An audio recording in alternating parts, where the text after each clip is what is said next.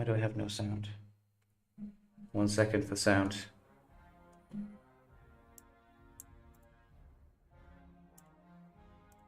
Okay, there we go. Weird. I don't know what happened there. My audio settings had changed to a different microphone, which is weird. Okay, glad that you can hear me. I was just saying that I would be 1 second. I was just posting in the. Did I post in the streamers channel? I said I've got to make sure. Luckily, there's not many other people that live stream at this time. It seems to be they're mainly American streamers, so I guess they stay up late and they do their streams. So there's not as many in the European times. Oh, hey A1. Man, I miss you too. I really wish you guys had got into our server this season. Although maybe not, because if you'd gone evil, you would have probably kicked our ass. Yeah, we unlocked structural development today. Well, we've had it for a couple of days, but my faction, Fellowship, we were a bit small. So, yes. You can send your guys into the building, and you're supposed to be able to do some stuff. But look at this, right? I sent like just a level 1 command, well, level like 12, but with hardly any troops. And I thought, okay, I'll get some of this stuff done. And then he arrived, and then my mission is unknown armies near the structure are threatening the security. Please thin out the number of mobs. I mean, I've not been able to get a mob for like the last 24 hours. And not only do you want me a mob, but I need to get a mob close to the capital city. Yeah, right. Come on. I mean, you'd need to have these mobs like respawning every 5 seconds in order for me to be able to catch any mob within hitting range here. Silly. Silly. Yeah, well, let me know how's your server. You switched over to a roleplay server again. So I mean, how's that going? Because I'm guessing you were plucked and put into a group that already existed. So I imagine there was probably lots more, and there was only like your small group that switched over, which is always difficult. Let me catch up with these comments. Why can I not scroll up? There we go. Hello, Jamil. Thanks for letting me know about the sound. Gosh, hello as well. Look. The Ents looking still interested in pounds. Yeah, somebody told me that about the Ents. The Ents are also used for whatever his commandability is. It's rubbish. Oh, near the city is the same region. Yeah, the problem with this, right, is I'm right in the corner of the region. So again, it's not like I'm in the middle where I've got a huge area. Like when I find a whole load of the mobs, they're quite often nowhere near. Also, I'm thinking, because it says here, with the structural redevelopment, that your commander also has like a development progress here. So you leave him there for a longer time, and then he also boosts up, right? Or not? Does he not matter? If I just change him to somebody else, it doesn't make any difference? I don't know. Because I know if you put certain characters on there, you get the development progress plus 5%. But I've just not bothered to send him all the way back home and then send another army back over, because there's dwarves, it'll take me about 6 weeks to do that. But I did send somebody to Lake Town, I think. Yes, Gandalf is here, and he's got a bonus. So, unknown armies near the structure are threatening the security of the area. Please thin out the number of mobs. Oh, come on. Come on, mobs and mobs. Oh, wait, I can just refresh this, right?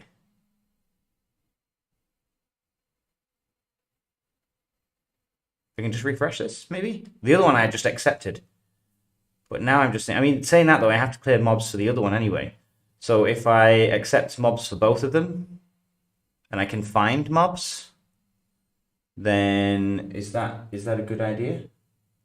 Yeah, maybe. Maybe that's a good idea. Make Ents great again. Poor Ents. We still didn't unlock that, so no idea how that works. Yeah, we just did it like a couple of hours ago. Send the commanders in, and then you unlock these. I think I'm going to accept this as well. You get a bonus depending on character. Like Gandalf gets 5% everywhere. Dwarves should get 10% in Erebor. Like Gandalf gets 5% everywhere. Dwarves should get 10% in Erebor. Okay, I didn't see that. I just sent... Maybe I should send him back and send another commander. Evil commanders should get... Well, maybe it's a refresh when you do 10-10. Yeah, it says claiming attempts 1 out of 10. So maybe if I hit the refresh, I lose one. Maybe. I'm not entirely sure. I'm a bit... I mean, it doesn't really matter too much at this stage. I can probably just click it and see. But saying that, though, my other quest is mob in the same area. So, actually, I'll double down and I'll just get the mobs. I'll just take the mobs from here and the mob from the other place. Whatever. The other problem is that what characters am I supposed to use here in the Dale?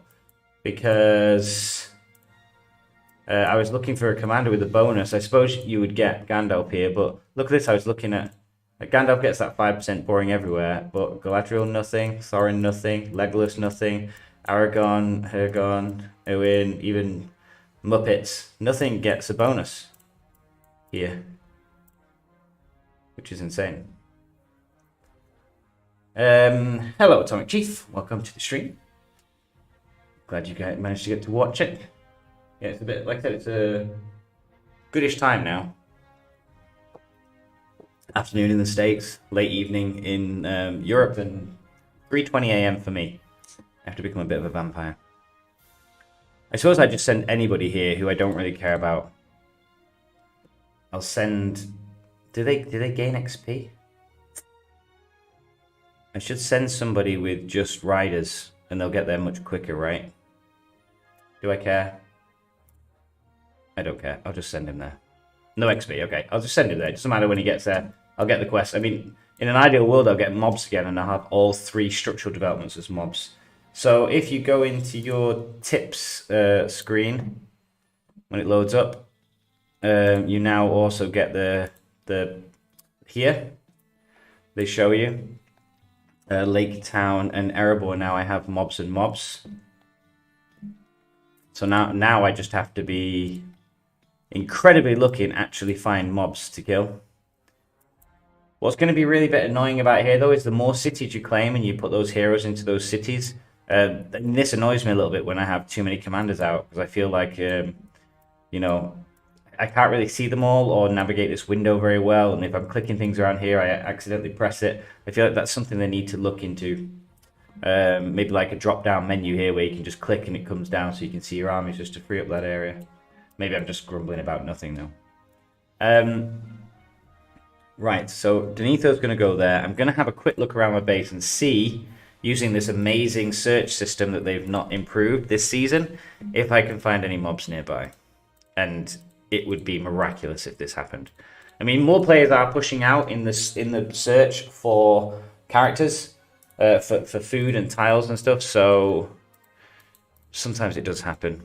At the same time, I'm kind of spreading out a bit everywhere to try and get into stuff. So I've pushed all the way over here to the east. But I mean, it's not going to help me too much because I'm going to be able to take tiles, but that reinforcement time is going to be an absolute killer.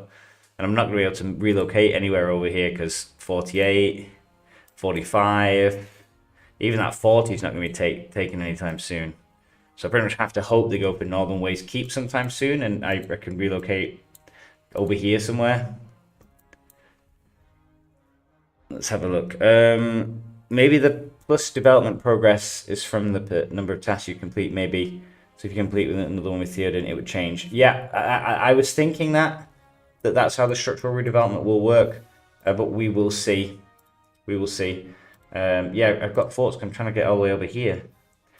I'm going to build another fort now. Oh, no, I'm not. I'm at the edge. Look at this. Oh, my God. Tiles that are not taken by people. Oh, my God. This is... I've not seen this for forever. Look at... I've stopped on my tiles. I've got like 23 tiles still to go because it's just been impossible to find anything. Oh. Oh, my God. It's sheer beauty. I mean, there's not many medium to... Okay, there's lots of 60s and 90s.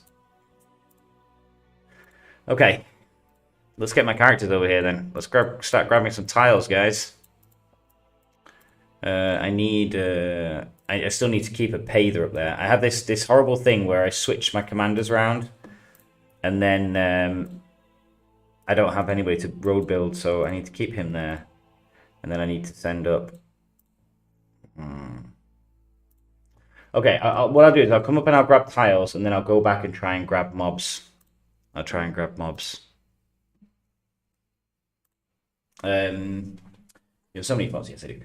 For season 1, what treasure chest should I whale on apart from the Gandalf chest? Which one is the best? Now you're testing my memory back to season 1. I went heavy for the Legolas box when it came, Legolas and Arwen. There's also like a Balin Gimli box. So I'd probably say for one of those two if you're a good character, because for me, you need a good DPS character. And if you're going to go with Gandalf, Gandalf's really, really solid for durability, survivability, and defense. You want to match that with something that's high DPS, high damage, both for attacks and for sweeping up higher mobs and for taking higher tiles. So I would go whichever way. Personally, I prefer Legolas, but Gimli's got longer. He's better when you get into like respect 15 or so. So it depends whether you want to play the long game. And Legolas has like a huge variance. Like his min-max is huge. He's got so many percentage chances of extra attacks or extra damage. Whereas Gimli is static. He doesn't have any randomness to him. He always just has a static damage output. Which commander did I play? This season, I've mainly worked on... This was the annoying thing, right? All last season, I was saying I'm going to get Galadriel up to 5, and I'm going to get Thorin up to 3, and I'm going to start with these two. And I didn't achieve on either of those, which was depressing. Which is depressing. So I'm still plugging away here. I need them to appear in my Matham chest box because look at this. I have all of these trade items to get rid of. I have a huge amount. I can get like 20 chests. No, about 15 maybe. 15 respect chests. I just need them to turn up in the Matham exchange, and I'll get rid of all these, and I'll pump her up. But I've been the same problem since the season started. Since the season started, I was ready to get them both up, and they've just my luck has not come in.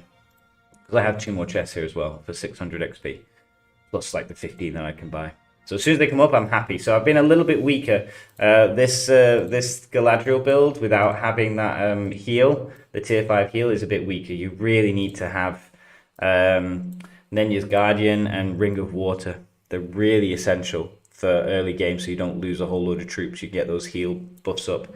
And you can kind of go like, you kind of want to go like 2 points in Magic of Mistress, 1 in each of Surge and maybe Focus Wrath to get the Madness ability, and then go up into this tier 5 and get the Focus boosts and the heals.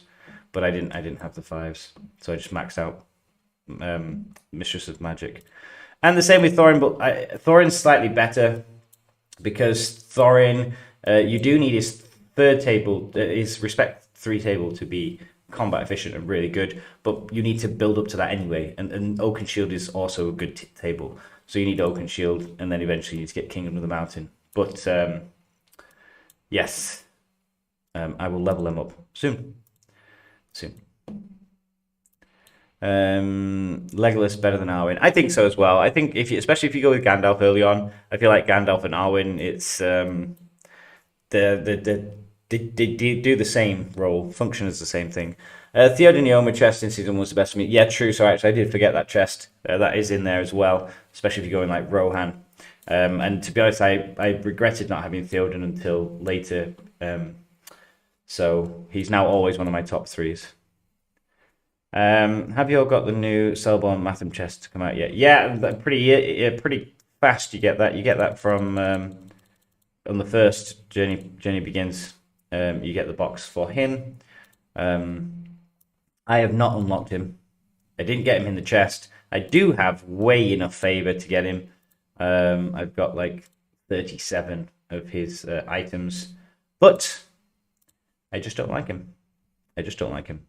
So I'm probably just going to keep those and trade them in for some tier 3 commander that I want. I just don't like him. So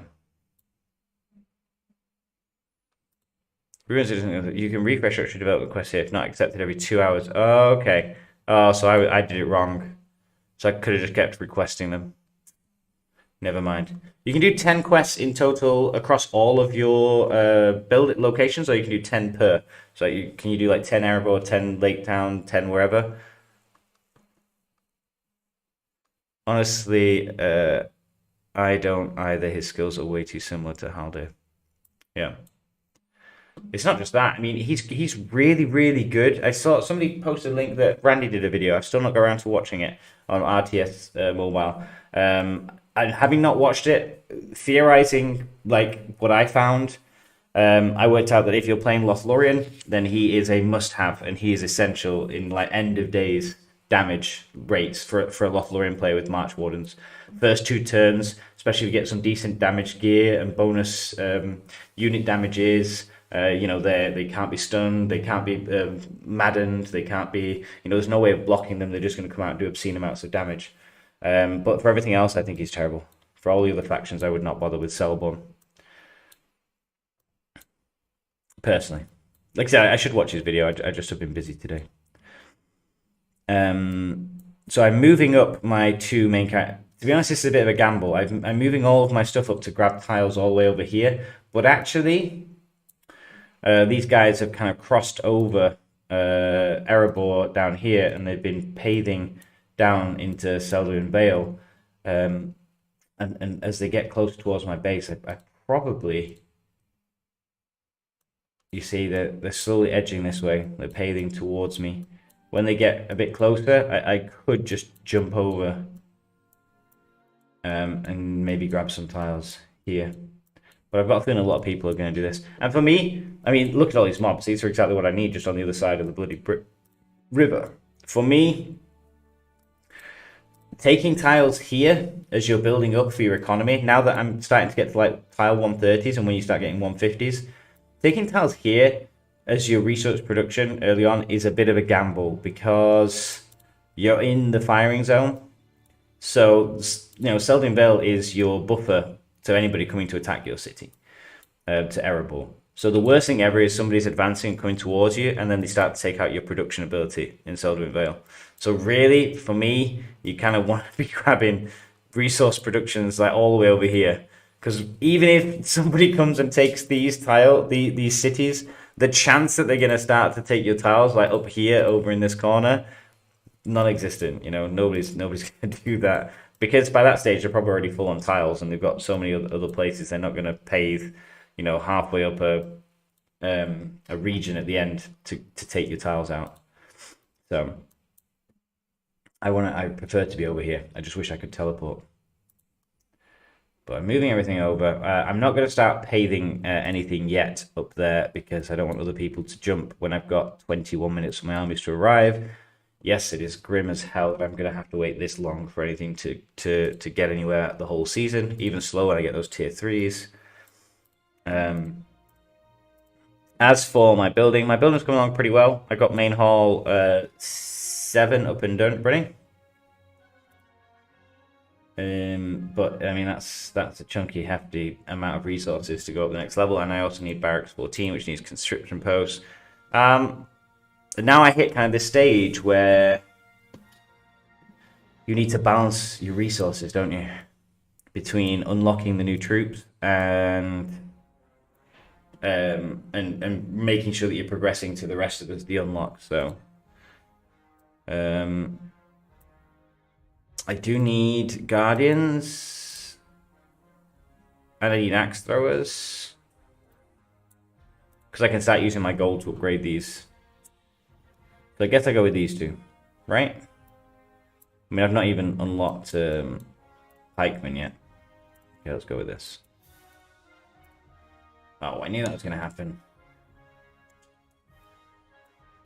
I don't have enough for both. Oh wait, no, I can't anyway. Upgrade conditions. I don't have the quarters high enough. Sorry, my bad.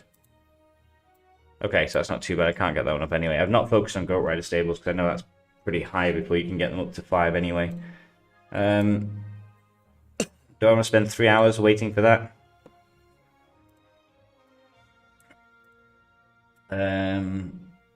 All this stuff's taking a bit too long.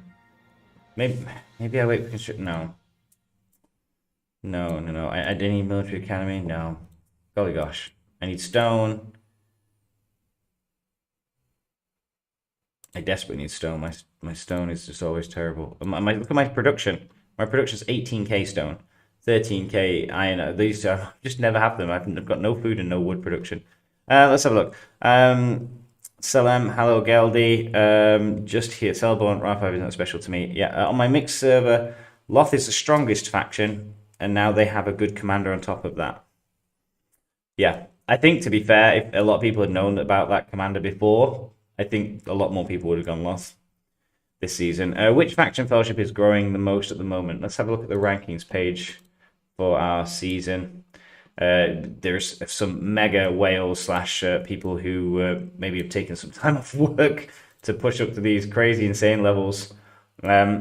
Also, Linden have a huge bonus in that Arnor, Angmar, and Isengard are all fairly deadish this season, so they've got huge amounts of territorial expansion points, so they're probably going to be the top of these charts for a long time, and can probably stay out of the fight for a long time and own half the maps. They've kind of looked out this season. Looking at fellowship production, so you can see that's equated into the fellowship production system because they have strong teams, very active members, and also free reign and lots of expansion places, so they can pretty much just go in every direction each.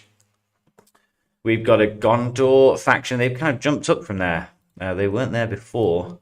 I think most of Gondor seems to be pretty quiet though, so I think they're one group amongst the others. They also have like all full factions, so like 94, 90. These are all like pre-formed massive groups before the season began. A lot of the other groups aren't like that way, so I think maybe in a week you'll see some change around here as mergers start to occur.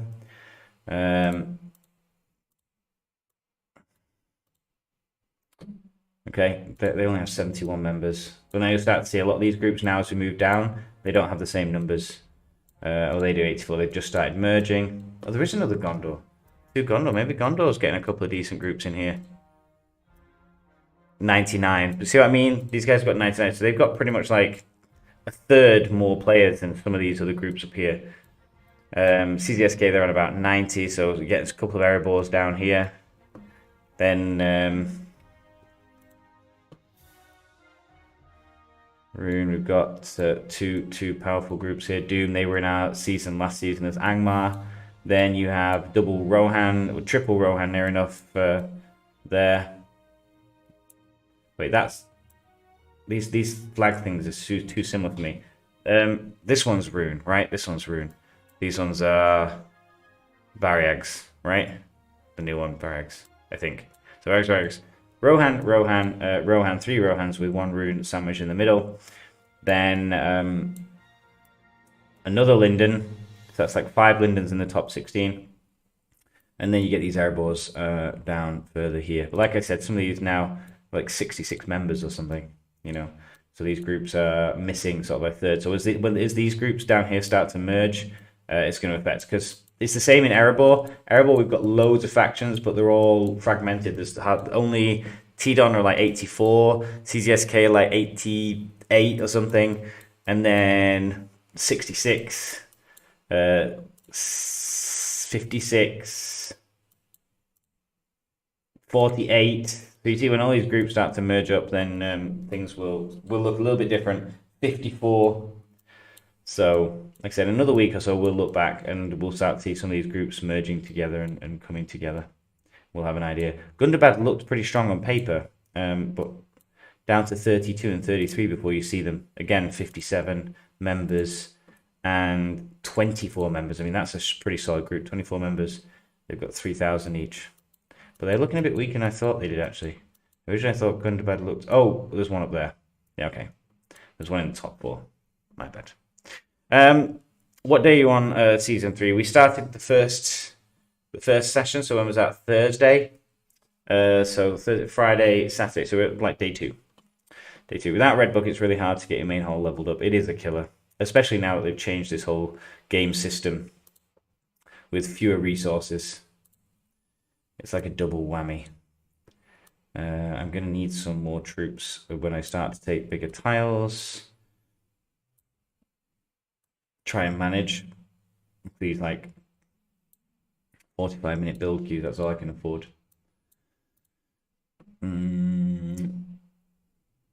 My season 2 was so chaotic. We have like 600 people playing in 3 main factions. Well, it was very difficult with many players.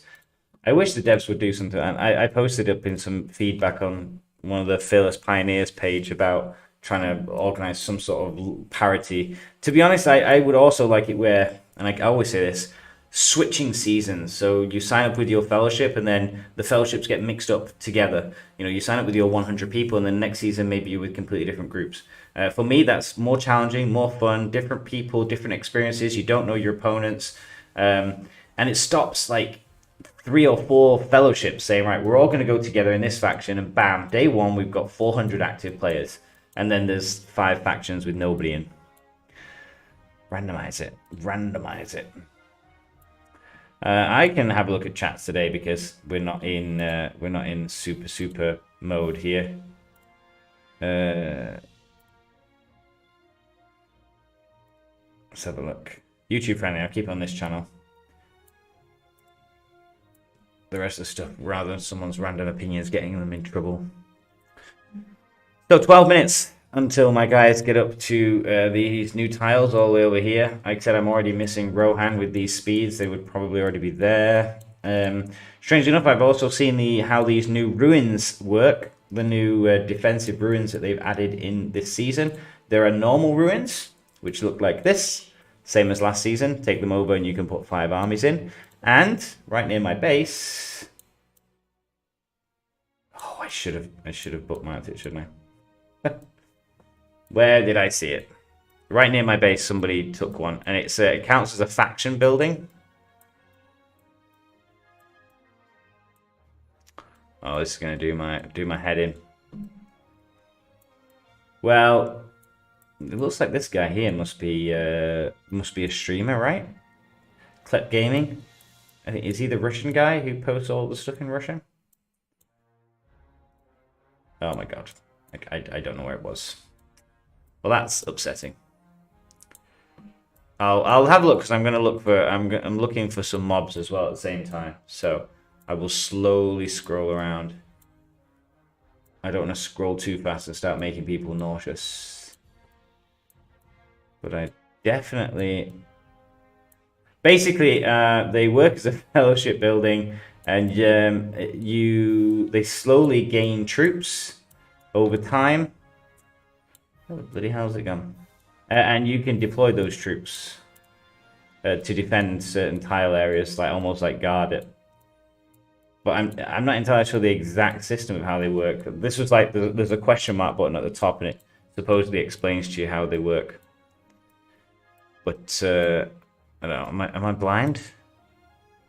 Maybe scroll northeast of my settlement. Yeah, I can't remember where I saw it.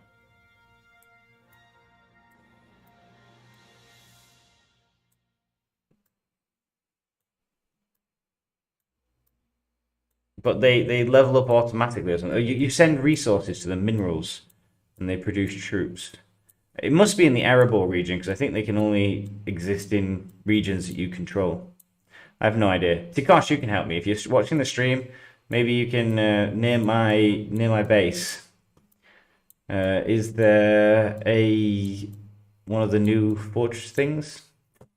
Like I said, I only noticed it because he's already scrolling around because I already I've been looking around for the mobs for the last couple of days. I mean, I don't know why I'm looking for him now because I can't kill the mobs because I've already sent my army all the way up to the place. So for the structure redevelopment, as you can see, I already have Theoden is in Erebor. When you unlock it, you get to just immediately, the first time you unlock the first capital city, you can just choose a character and they immediately get teleported there. I'm a little bit, I'll probably recall Theoden after I've completed this week's because I want him back to level him up. I think you want to be sending a useless character to the cities for this. And then you can probably leave them in the city thereafter if you don't need them back. Again, you also have to be careful and figure this out. Don't send characters like Aragon or if you've only got one Hobbit, don't just send the one Hobbit army because you might need those for your tips the next day, your other tips. And then you'll have to recall like Aragon to do his quest to send him back out again. And you know full well as soon as you send him that's the tip that they'll give you. So send somebody who's useless. Then you can go into it, enter, and you get the structure development levels here. You get the quests, and you have a mini quest that you have to do. And then that will give you some development points, and it will also give you your contribution points towards the ranking positions as your structure development level increases. So at the moment we're at 14 out of 25. When that gets higher, the structure bonuses increase. So you can see here we have increased gold amount per levy, and that will go up again another 500 at 10. And also here, good defense camps. So development level 4, you can upgrade the defensive camps to level 1, and it keeps going up. And the defensive camps are things where you get troops in the ruin, and you can declare it somewhere, deploy it somewhere, and it guards territories. So that's the bonuses for these. I can't see in there when they showed the video, they showed like a whole window and tree table. I've not seen that, so I don't know if that's just devs only, but there doesn't seem to be a list of what they get at the certain levels. At least I've not seen it, unless it's like back out here in your fellowship. Oh really? Fellowship structures, buffs. Oh, okay. Structures. Or in Tikash has made a spreadsheet. You should post it just in case people want to grab a look at the sheet. Okay, so here we go. You can see all of them. So 16 good dwarves defense. So army defense for dwarves. 18 that increases army defense. 20 defensive camps go up. 21 defensive camps go up. Wow, these go up pretty high. 23 siege damage. Ooh. Good bonus siege damage. Holy moly, that actually might make my siege not horrific. I mean, it'll still be terrible compared to evil. And 25 for every 10 mysterious springs occupied, bonus stone production. So that's the structural bonuses for Erebor. Oh, no, I don't want to pin it. And then for the Dale, which we also have, you can see wood production that increases. Oh, interesting. These ones only go up to 10. And then every mysterious springs. Okay, so that pretty much the Dale is only... Oops. And then Lake Town has army speed for men. What? Army speed for men. Increased storage space, army speed ranged, bizarre. And for every faction or region occupied, bonus wood production. So you can see those. All of the factions have all of this. And all of the one, you can also see how well other groups are doing with their productions and what they're focusing on and where they're at with theirs. Oh no, you can't. I thought you could. No. Oh, you can, at the top. It says level 14. Level 14, level 11. So all of the locations, all of the places, and all of the bonuses that you can get on them. Structure buff. So this is the source that you're getting the bonus from. And all the different places that can be giving you that same bonus. Power production for ring, resource production. So I mean, there's so bloody many of these, and then all of different battle combats you can get. So if in here you can go and say, right, I really want to focus on getting commander experience buffs, so I can see that I can get that from these 4 places. So time to go and like attack the Rohan and grab Edoras and the Stone Trolls up in the northwest and head towards Grey Havens if you want those bonuses. And then at the end, you've got aptitude bonuses. So, like all of the bits that don't count. Unlock construction. +0. Oh, these are the... remember before in my video, I said that in the significant structures, you're now going to have the ability to build these... the camps which give your whole faction access to the special units. So here, if you own Dunfermline, you can get this unlock, and everybody will be able to build Dunlendings if you're able. Yeah, so they have this for all of the special factions. So you can really see, let's say I really want to go for Eagles. So it's telling me, make sure if you want Eagles for your faction to take Upper Anduin Vale, and I can link to that if need be. And if I take this, then I can get it up to level... What level is the bonus? Oh, it's the maximum one.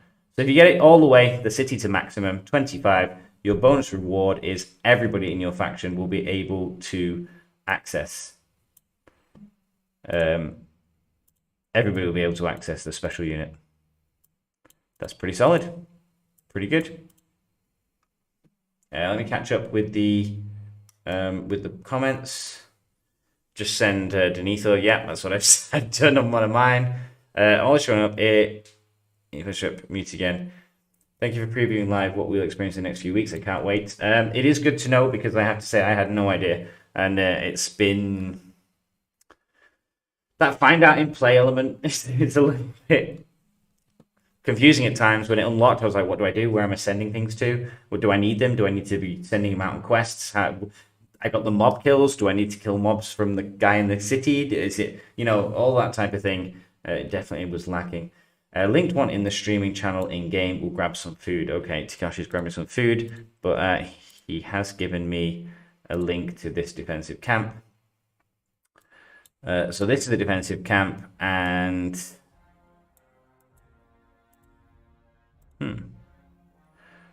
nobody's taken this one yet, though. I don't think.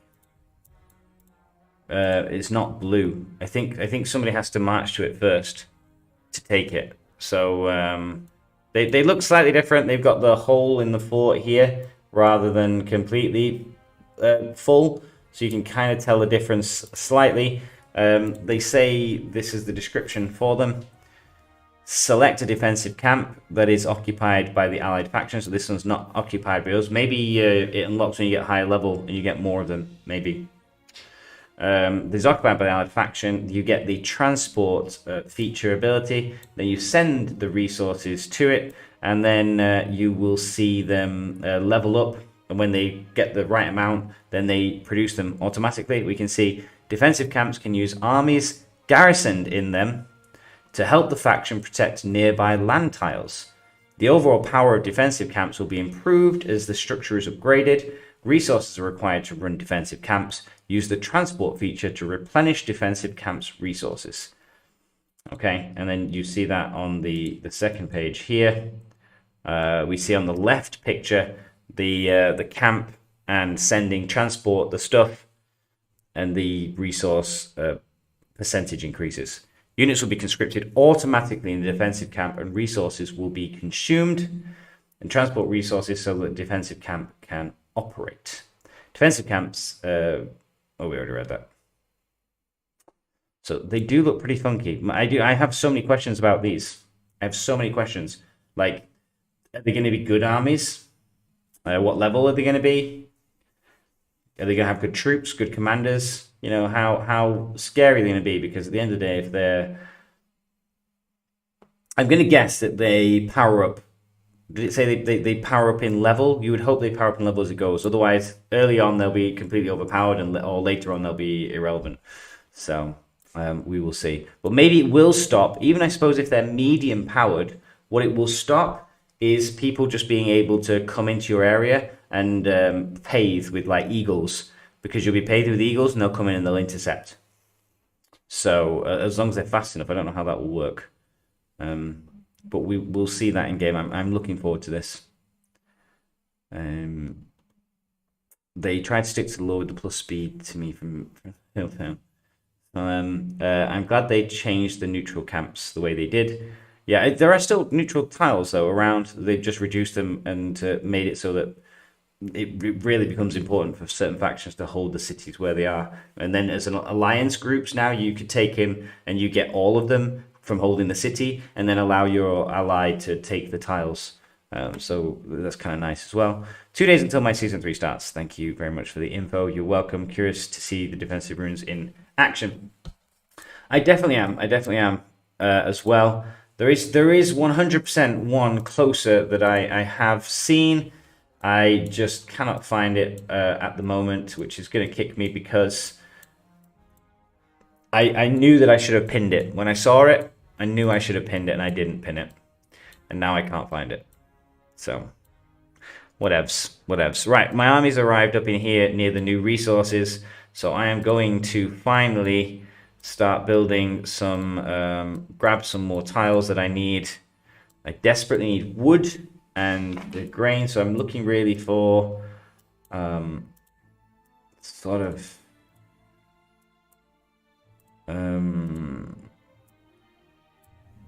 what levels are the grains? 130 there. So I'm probably looking to go up here and take that 130 food.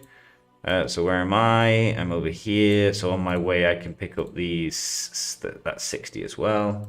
Sorry, when I'm going to pay from here to here, I just want to work out the best way of grabbing the other stuff that's decent nearby. So I'll probably grab that 60 and that 90. So this looks a good route here. I'll grab that 90. I'll grab that 90. So, yep, it looks good. Path sorted. Shed the location of an occupied one. Okay, oh, cool. Thank you, Atomic Chief. Perfect. Here we go. Here is one that is occupied by Erebor. It's close to the city.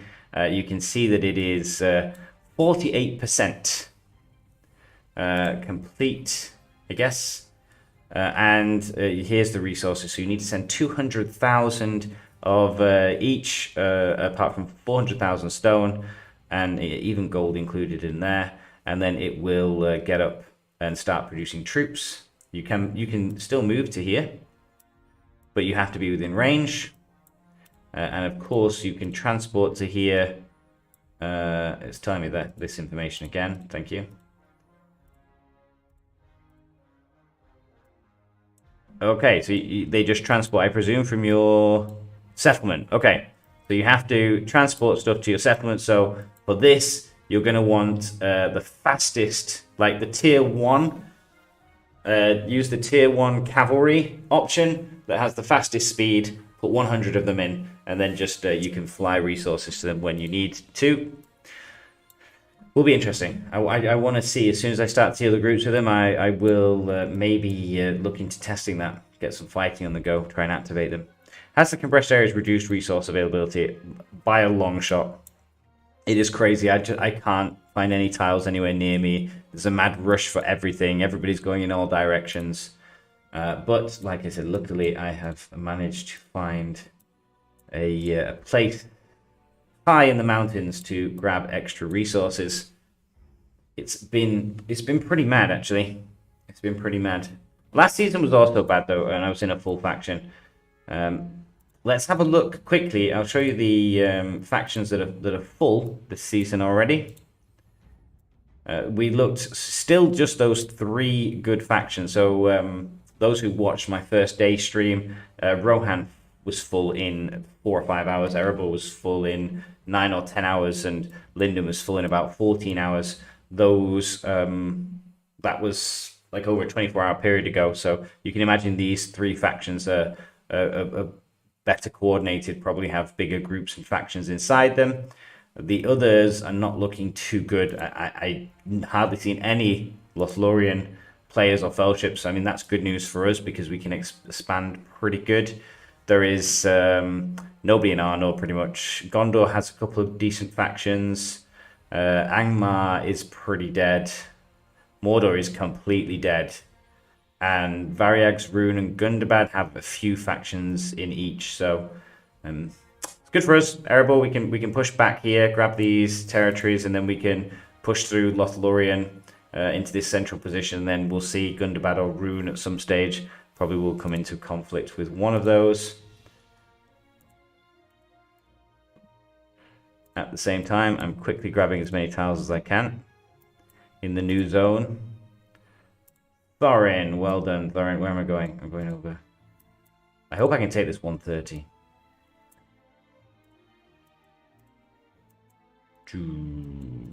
Okay, let's just use Hergon. Terrifying. Oh yeah, I forget. I'm like, oh, it's only a level 10 tile, but for him who's got no bloody troops on him, it'd be too dangerous. Okay, he can go over there. Thorin leveled up. That's nice. Let's give him the last level of Oaken Shield. Get plus bonus might. Plus 15 might or massive bonuses in damage. Probably want the bonus damage, actually. Yeah, I'll take that, actually. Oh, no! I clicked the wrong thing! Ah! I clicked the wrong one. I meant to go for these two skills. Never mind. Whatever. I'm not going to worry about that too much. This 130 is going to hurt me. Like I said, the problem with Galadriel this season, I just don't have her up high enough. So these tiles do hurt me a bit. I don't have one near to show you. But hopefully Thorin's not too depleted so that he can do cleanup. Otherwise, when I get to this, the 130, I might have to reinforce before I take it.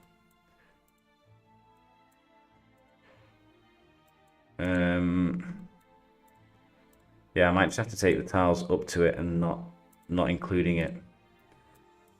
I've got a feeling that the 90 would be too painful for Thorin. So Galadriel is going to be the 90, the 90, the 90. Thorin can grab the 60, and then I'll have to reinforce quickly. So, how about your guys' seasons? Let me know. I know some people just here was saying 2 days until season 3. Do you have your faction decided for next season? Your fellowships, all that sort of stuff? If you're already in season 3, how are you finding it? Anything that I've missed? Anything that you really enjoyed or really hate? I really hate this Mathem box. This Mathem box, it just mocks me. I've now opened about 150, and I'm still not getting Galadriel experience, which is super sad.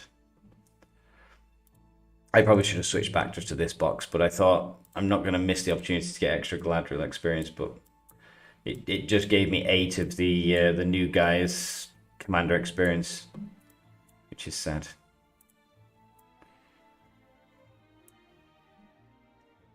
Okay. So this is the problem. I'm kind of torn here. I've got to take all these tiles as quickly as possible and keep pushing because my resource is pretty terrible. But at the same time, I've also got to grab those mobs back from Erebor to complete the missions. We'll see. Already there are some people grabbing like just tons and tons and tons of like 150s and planning to take 200s, and I can barely just take a 110. Oh, there's 2 130s there. Game, you mock me.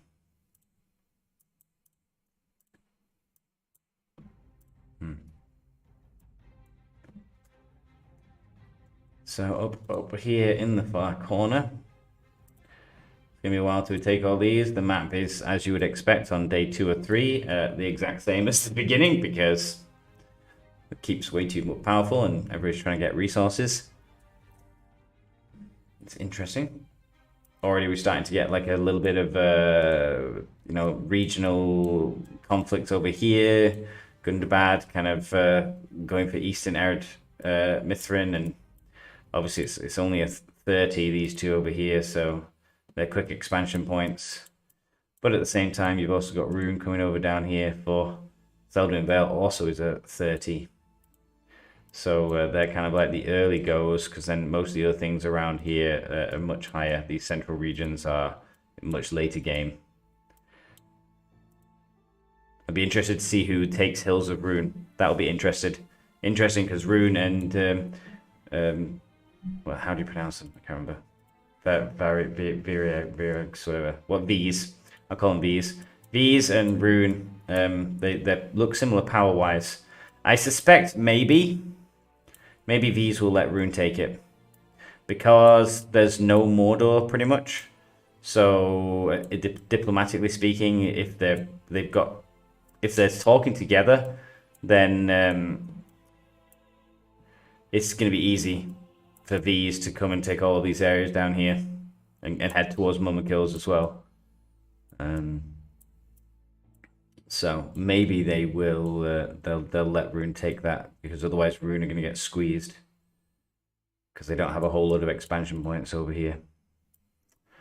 Grind for tiles is slow in Linden as well. Oh, I don't know, man. Looking at some of those, I mean, it can't be too slow. I suppose maybe it's slow for all the rest of the people who aren't like the very top ones, because the very top ones are just like the top boards are just all Linden.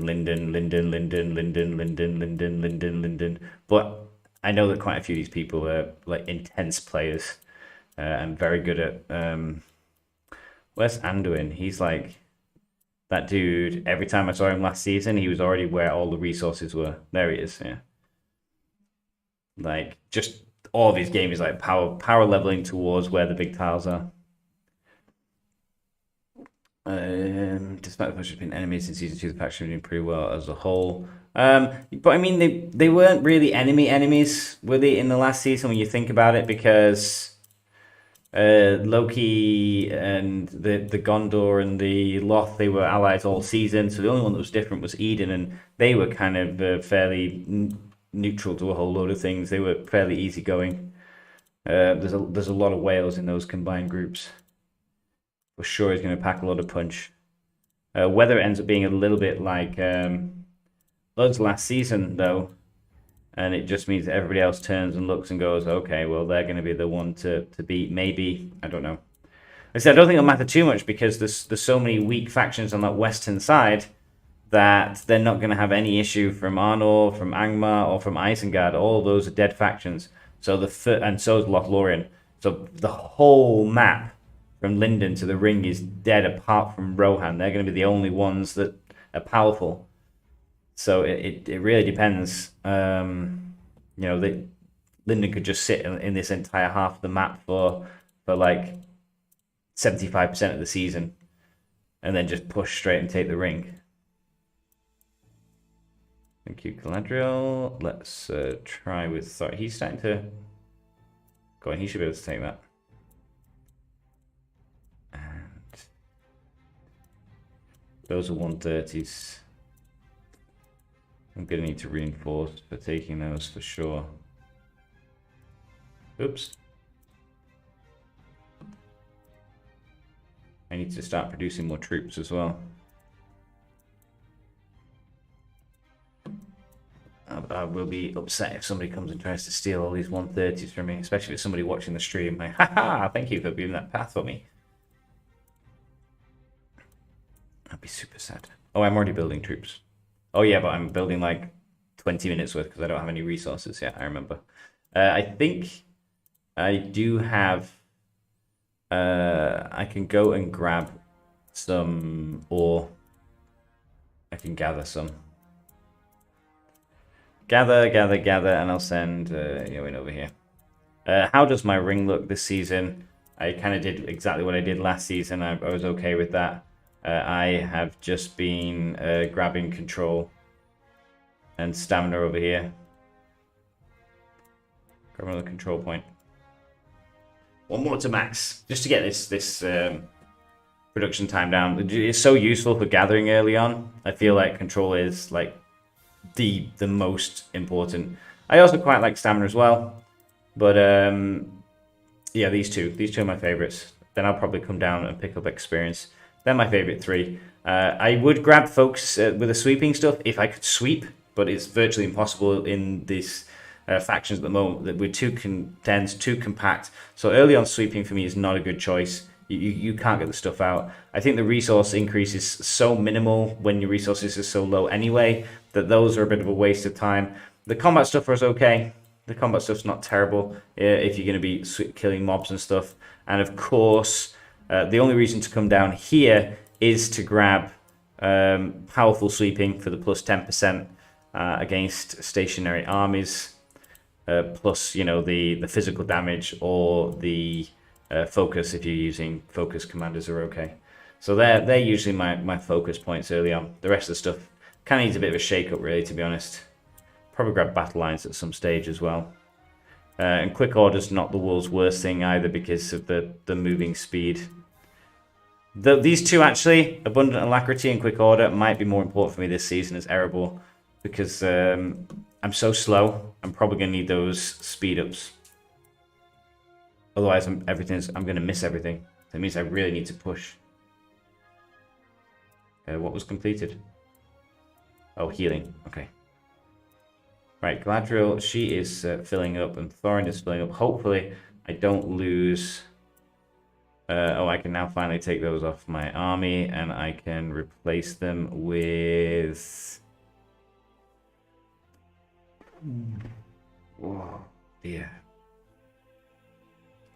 I don't really have Goat Riders to spare. I'll just go with 2 troops for Thorin.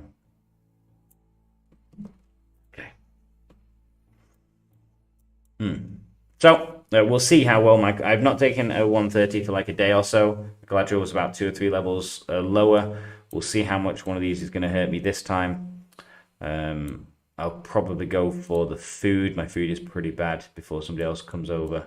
I'm just keeping an eye out for these lines. Where are you going, buddy? Ganjakea. Keep off my garden. In Season 1 of my server, we as Rune have steamrolled everyone. We want and need Season 2. Season 1's so insane for that. Season 1's so unbalanced. You always end up with one faction that's so unbelievably strong, and then all the rest of the server ends up unified against them. Or you have like one good and one evil, and then it's either those two fighting with mega blocks, or they just keep friendly and the season's boring. Season 1 is terrible. Season 2 is a bit better. At least there's usually a few bigger factions.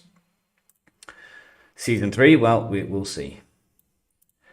So Galadriel on this, you can see, even on this 90, I'm taking too many losses. And my gear's not terrible for her. Not the world's best either. I'm in a bit of a stuck position with her. Still not entirely sure about this Elven Dirk. I'm still thinking I should change to the Carver. We'll see. The Elven Cloak, I just need more body pieces to improve and really better drops. The Trapper's Hood, again, I'm not too sure about this. I'm not sure I really like Hysteria. Because even if you get the gear set maxed, it's 100% every 2 rounds you inflict madness. So madness is a 50% chance that they attack their allies. So every 2 rounds, so you get 5 casts per battle. If you've got it maxed, it's at 100%. So 2.5 times it's going to trigger on an even turn, 2, 4, 6, 8, 10. Now, if it triggers in turns 2 or 4, then it's okay, because you're probably going to do alright-ish damage, making them attack themselves. If you get it later in the battle rounds, like 6, 8, or 10, then their unit size is diminished. They're probably going to be doing less damage to you anyway. So there are other skills that you can get there. At lower levels, I think it's even worse. If you only have the Trapper's Hood with Madness at 3, I just consider using it. I'm nearly close to getting it to 4, 4. And then it's okay. I think 4 is okay to use. 3 is questionable. Anything below that, Gold Star, 2 or 1, I would not use Trapper's Hood. It's just too low of a percentage chance of kicking in, because then you become, I think it's like 50% at 3. Sorry, at 2. So you've got 50% of it hitting 50% of the time. So 25%. So pretty much 1.25 turns per battle. It's going to do something. It's just too little too late. And I also have the harp. Again, I prefer to have the smoking pipe here for the extra focus, but I don't have one with a sustain heal, and I kind of want a sustain heal here, modified by focus. Also, my focus is not fantastic on her, like I said, because I don't have her at respect 5 yet. Hopefully, the next couple of days she will pop up, and I'll get her. I'm reinforcing these 2 armies. I also sent Denetha to the structural development over here. So he has arrived. I can now enter.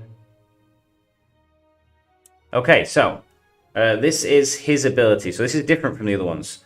My ability here is only a 2-star. It's only a 2-star. We need resources for construction. Please transport 2,000 wood here. So if I send 2,000 wood there, I get some development points and I get small contributions. Okay. Duration 29 minutes.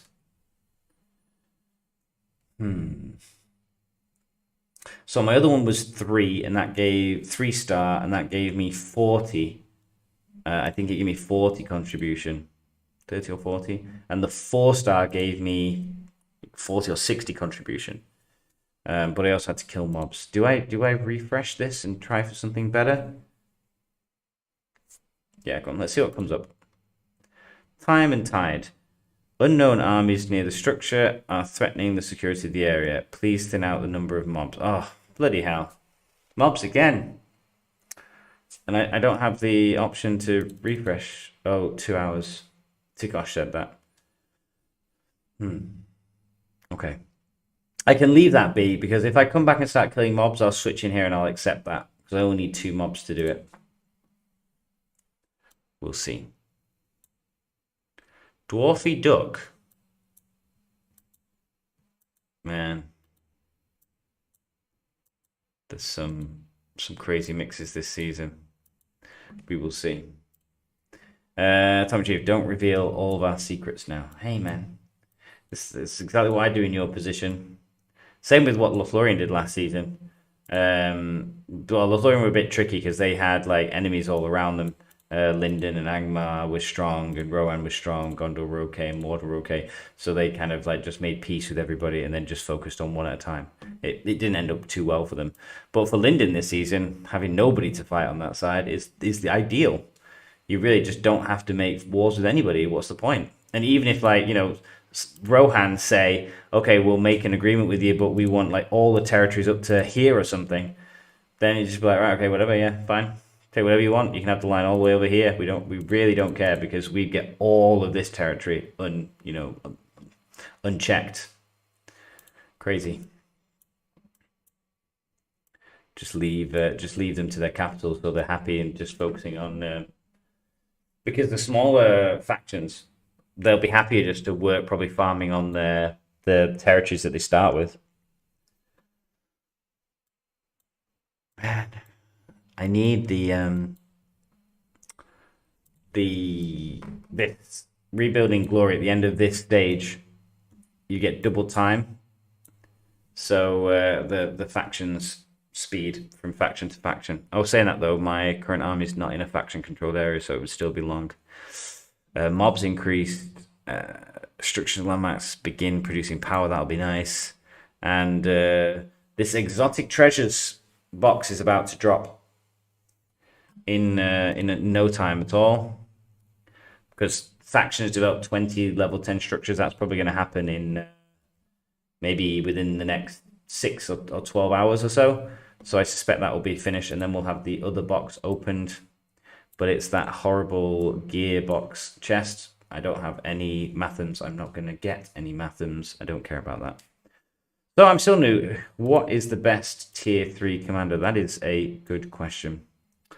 And there are a couple of options. I think for the best, I personally, I still think hands down Galadriel is, and you'll see all the whales on most servers tend to lead with a Galadriel, super high focus, 700 focus, all focus gear, madness build with insane amounts of focus bonus damage. Usually, you see a lot of whales also liking Dane or Gandalf the White. I would say those three tend to be the one you're most likely to come against when you fight a whale. Those three. For me, it was Galadriel. I've invested heavily in Galadriel, so I need to keep getting her up. I should probably start dropping some of these tiles. I don't want to hurt my resource income. I'll get rid of some of these ones. 1, 2, 3, 4, 5, 6, 7, 8, 9, 10. Okay, free up some area. Ba-ba-da-ba-bum. Come on, reinforcements. Get 10 minutes for reinforcements. Jesus. I've got nothing else to do here apart from wait for these guys. See, and I always do this. I didn't level up enough other commanders early on in that first day with the short time. I should have been sending them out. Well, it's really hard. There's no mobs, but I should have just kept dropping like level 30 and 60 tiles and kept hitting them with the commanders. You know, the ones with like no losses but keep getting the experience, and then doing that with the low level commanders would have made sense, and I didn't do that. I think if you're super active and you've got loads of time and you're playing a new season, that's something that's worth doing. Oh, sugar. My friend also likes to, like, when you get to the stage where you can hit things like ruins, hit the ruins as much as possible. Get some more of those produced. Levy some of those. Heal those. Let me check my market. Stone for wood. I mean, I don't have anything. I really don't have any resources, so yeah. I'm dreaming. I have to wait for the refresh. I love the refresh. The refresh of the market is one of my favorite points of the day. Especially if you get like one where it's loads of gold for resources. Oh, it's perfect. Thank you, no worries. How about the best tier 2 commander? That's slightly trickier question. Personally,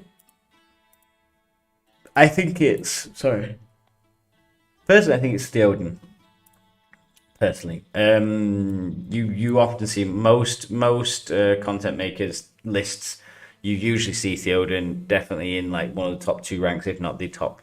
Most times, he's a bit conditional. I mean, he's obviously even better if you're with Rohan or you're with Gondor and you have access to additional cavalry. Likewise, if you're over near Bree Riders, and you can get Bree Riders, anything where you've got more cavalry options, simply because he's an entire cavalry build. So you're looking at getting like Horsemaster maxed, and you've got plus 15 attack for all your mounted units, and all your mounted units have got plus 5 hit points. Then go down here, Chaotic Retreat, so you can whack down everybody else's defense by 35. Then Vow of Protection, just put 1 point in this for some bonus speed and gain initiative for the combat, for your commander.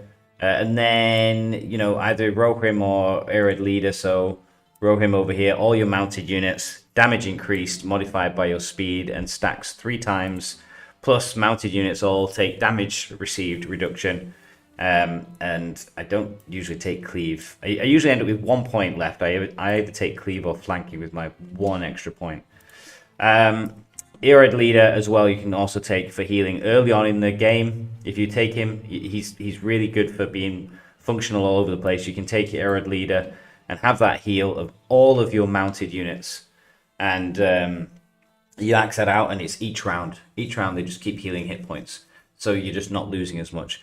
The only problem with him early on to counter that is unless you're Rohan and you've got that cavalry option very early on, he can be difficult to play for other factions because you tend to unlock cavalry like second or third down your troop list, and you need to have multiple cavalry builds. So good and bad things from early on. Later on, he is just obscene. He's obscenely powerful. Full cavalry armies, and he is grim as hell with bonus damage to cavalry, bonus hit points, bonus health. But, you know, it's just obscene. It's obscene what he can do. And there's some really good gear pieces for him as well. So mine isn't finished with him, but I'll show you what I've got on mine so far. I've not leveled the stuff up yet, but I've got Reach of the Riddermark on him at the moment. Obviously this is doubled because he's only on 50%, so he's not linked up enough with this. But might speed. You know what? I'll show you on the items, so then you get to see. Here, so because he's not synced with his gear yet, this is what it actually is at the moment. So the Reach of the Riddermark is 20, 20, 16. I mean, bonus speed, and might, it's just everything you want. And they only have it at 3-2 for the Reach of the Riddermark. And then for his body piece, the Scout's Mail, you see that's again might and speed 25 and 30. Plus, I also have it with Commander Speed. I missed off on the Reach of the Riddermark. That also has all allied mounted units damage dealt plus 6%. Then on his head, I have the Horse's Helm. So again, allied mounted units damage received. So plus 6% damage dealt, minus 4% damage received. Obviously, I don't even have that maxed either as well. And that's giving me another 20 might, 20 speed, and plus 12 defense for your whole mounted army units. And then I don't have a very good accessory item. I think for him, he just has a hit lane. So I've another heal ability with some extra might and focus, whatever. I don't have a good slot for there. But the other is, you can see how solid he is, how much synergy there is. And if you can get those gear pieces sorted out, the Scout Mail, the Helm, the Reach the Riddermark, there's also some other good stuff. I think Carver's not too bad for him. Anything with like speed, might, and extra attacks and stuff. So he's just solid. He's really, really solid. For me, he's the best. He's better. But if you've got mounted, is the key. If you're not so much bothered about mounted or you want other things, then he becomes less useful because all of his stuff is mounted. For me, he's powerful because no matter what faction you are, you always really want one cavalry army. You know, either to back up your main punches, you really want to have something going. And there's enough cavalry, even if you don't have a cavalry-specific army. If you're not Rohan or Gondor, you don't have a special unit. There's still Cavaliers, Cataphracts, and Bow Knights to make a nice combo. Always with cavalry, or Ram Riders if you want to go all melee and go Ram Riders, Cavaliers, and Cataphracts or something. So for me, there's always an option to have one good cavalry army. So that's why I'm working on him slowly. Other than that, there are a few other really pretty powerful tier 2 commanders. Pretty much everybody under the sun has a strong Gandalf the Grey. He's solid for durability and survivability. Doesn't tend to do a lot of damage, but I mean, even last season, I was able to take maybe 4 hits from other level 50 commanders with him, and he was still going. So he's just really good for holding points up. So he's pretty solid. Who else do I really rave about? For me, those two are probably the best. A lot of people go on about Arwen. She's only really good once you get her to respect 15 and higher. So you're playing the long game. You're going to wait until she gets there before she's of any use. And even then, for me, like I said, she competes with Gandalf in what you want them to do. So I'm not necessarily particularly a huge fan of her. You've got the two DPS guys over here. You've got Gimli and Legolas. Really, really solid high DPS figures. Legolas, in my opinion, better early game up to like respect 12 or so. For me, I think he does slightly better damage. But again, like I said before, it's more varied. So he can have really good or bad times. Gimli is more stable and static, and he becomes better past like respect 12-ish or so, because he has a third tree of damage, of combat damage. So you can take 3 trees worth of bonus damage. Legolas only has 2. So once you've maxed out those 2, the rest of the stuff you're getting for your troops and units. Stuff like Dwarven Friend and things. And then a whole lot of people like... I've not leveled him up too much. But yes, okay, so there, yeah. Atomic Chief, Eoma. A lot of people really rave about Yoma as well. My only concern with Yoma is it's the same respect item as Theoden. So if you're a big spender, okay, good, grab them both. If you're not a big spender, even when you buy out that box in a tier 1, you can only then get Theoden or Yoma. So you're in a bit of a tricky situation. For me, I prefer Theoden because I just think he's solid. All round, he's just insane. He's really durable, he does crazy damage, and you can just make people cry with a very strong Theoden. He's very, very difficult because there's so little in the game that's anti-cavalry. There's one unit for each side that's anti-cavalry, and even then, with its anti-cavalry ability triggered, they're still just like an average unit. There's nothing overwhelmingly powerful against cavalry units, either via command champion abilities or via units. So it's a big gap. So it means that the entire cavalry army of his can be producing crazy figures. And again, last season I could hold points with like three combat armies coming at me. The difference is that whilst Gandalf did very little, Theoden punched back really hard. But yes, I've seen, and Eoma does insane damage. So it is an option. Playstyle, really. What you want to achieve, what you want to do. Just like the same with Balin. Loads of people rave about Balin and love him. Same problem. He shares an item with Gimli. So if you're going to buy out the box in season 1 or so, then you're going to be able to choose one or the other. And really, you need to get these characters to respect 5 or above for them to be useful. And the higher the better. Because if you get them to respect 10, then you've got 5 extra points, and you also have access to their legendary weapon abilities. So you've got to pick. Balin is a little bit more durable. I think he's got like more heals, and Gimli for me is just pure brute strength.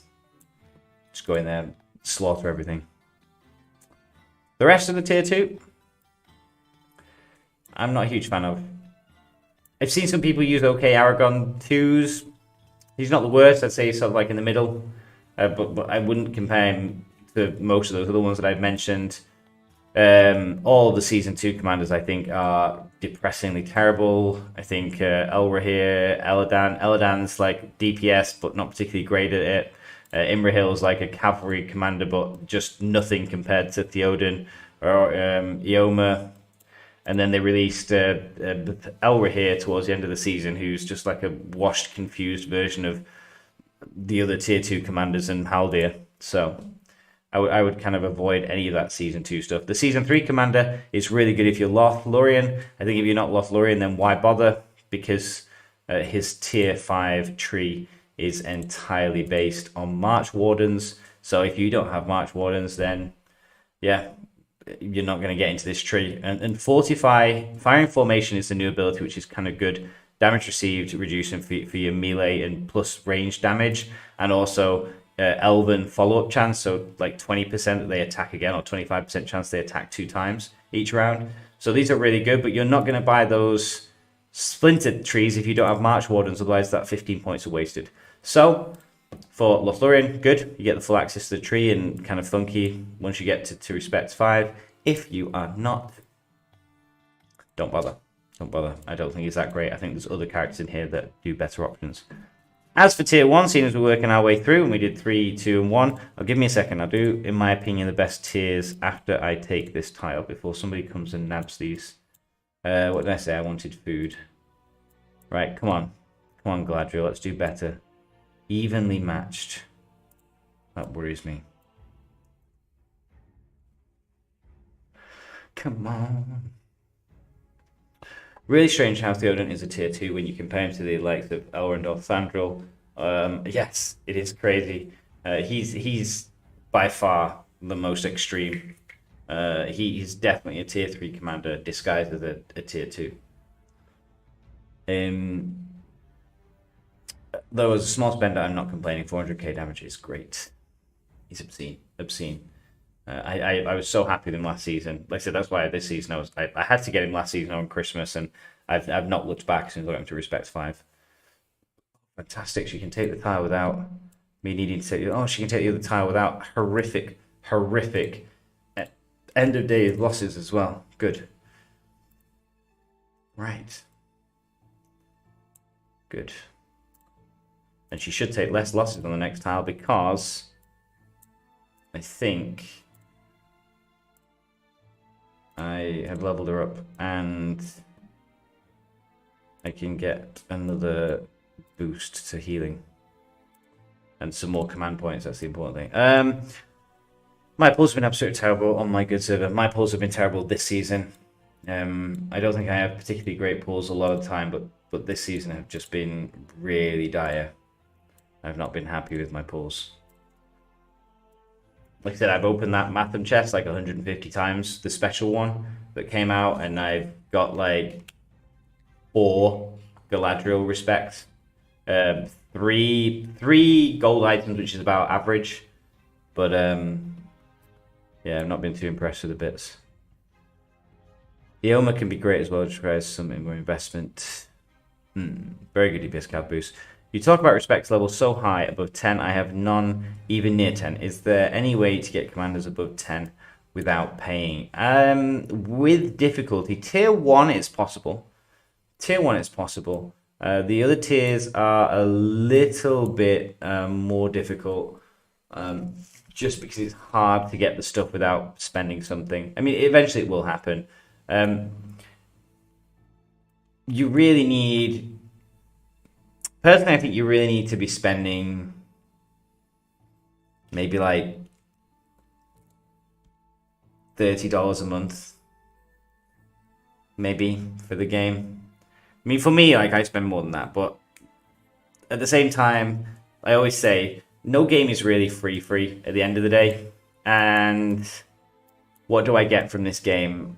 If I went out and bought a new game every month, I would spend like $40, $50 every month on a new game. So if I'm going to be happy and the game makes me, you know, have fun, then whatever, I'll spend some money on it. It's not going to worry me too much. But the season pass is essential. The season pass is huge because the season pass gives you... I don't want to sound like a salesman here. I'm not, you know, sponsored by the game devs. But the season pass here has so many Matham coins, and it has 12 of these Season 3 Legendary packs. So each pack gives you 300 Command XP, and you get 12 of them in the season from the Season Pass. So you get, what's that, like 3,600 experience. And you also get all these Mathams and all these gems for like buying stuff. So this is one thing that for me is kind of a bit of a necessity, even for the lightest spender. It's best bang for your buck. Otherwise, yeah, you're really going to have a bit of difficulty to achieve respect 10 for sure. But tier 1 commanders, you can do it, and that's what I want to move on now while I'm reinforcing that army. For me, there are only 2 good tier 1 characters that you really want to focus on. The rest, probably ignore them. And the 2 commanders that even high-level players use, Dwalin, and if you didn't go with Theoden and you want a cavalry character, then maybe Eowyn. I went for Eowyn. I kind of regret it now. I wish I'd gone with Dwalin. I think Dwalin is better. But Eowyn is good if you don't have... If you didn't grab Theoden, then I think Eowyn is like a makeshift cavalry commander that at least boosts cavalry in some ways. And like I said, you always kind of want a cavalry commander. It does change now. There's a few more cavalry commanders with Imrahil and Eladan in the second band that also offer an option. But tier 1 commanders are easier to level up. They're faster, they're quicker, and you get the respect items much easier constantly from everything. So these 2 are probably where you want to spend all of your points on. The rest, I can give or take them. Why? Because Dwalin later on in the game, and even in my faction, let's see if I can grab some of we've got some strong players in my faction. We've got some strong players in my faction. And you will notice, I mean, not Red Archer because he only uses expensive things. But if I scroll up here, let's have a look at some of these battle reports very quickly. Red Archer's got his Galadriel hitting... Oh my god. He's got his level 26 Galadriel hitting a 200 power land with hardly anything. Sheesh. Oh, he's now got tier 3s, Guardians. He's using a carver. I think I should change to a carver. I think you're right. I think he's right there with that carver. He's got an Elven Hood the same as me, but with melee damage. He's got a Trapper's Hood same as me, also with Madness, but slightly higher level. And he's also got the same spread as me. Pretty much, he's just gone with a carver. I think maybe he's right, but look, he's got Respect 5, so he's got the bottom trees. So nice for red there, and this is his main that he's got Lego. So he went with a Lego against a 200. That was a bit more painful. Oh wait, is that why he killed it? Was it a second hit? I didn't see that. I bet it was a second hit. Yeah, it was a second hit. My bad. Yeah, sorry, Takashi saw it. I didn't. I was like, oh my god, how did you do that? Like, surely that's not possible. Yeah, okay. But I'm gonna find some of these Dwalins a bit further up. That was his first hit. You can see on the first hit he murdered that though. He did pretty well on that 200. And maybe I need to go and get him to come and give me a hand on a 200. There's his Dwalin. So that's what I'm talking about. So Malevolence, he's not the biggest spender in our group, but he's played since season 1. He's got some bits and pieces there with his Dwalin, and he's maining his Dwalin there with the same build out as most dwarves, the tier 2 units, with these 2 heal builds. Even though for me, the musician and then the damage skills. But a lot of people use Dwalin early on. Dwalin. Or who else? Like Gandalf, those like durable ones. I'm sure there's another person. We have another person starting off. You can see what all these guys are using. You'll see the same things. Gandalf's, the people who are spending pieces. You've got Thorin. And Thorin did well against that 130, level 22. Oh, he's level... Wow. Yeah, all 5/5 items. And also Respect 5, so he's got all the higher stuff. Thorin, I don't have 3. There's somebody using Mr. Borgangle, so Souls there using Yoin, like I said, remember. I said most people tend to use... Yoin or Dwalin. They're the only tier 1s that I frequently see people using. There's another guy here using another Dwalin early season. Yeah. Another guy, it's Malabus again. There's a few other people a bit higher up here who are also, but I'm not sure if I'm going to find them. I think Willie is also using... there's Widow using his Dane. Oh no, he's using a Gandalf.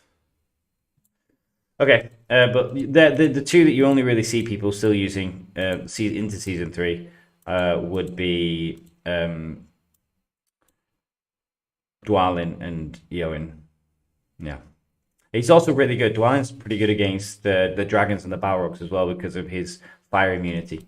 So if you're looking for durability and you're newish to the game and you're in season 1 and you're thinking, right, which characters do I want to go for, then Dwalin and Yoin are the 2 that you should swing towards without a regret later on. I regret that I went heavily in Haldir. I took Haldir up to like respect 7, and now I respect it because I'm never going to use him. He's just not important and not particularly very good for tier 2 options. Oh my gosh. 8,000 resources, I need more.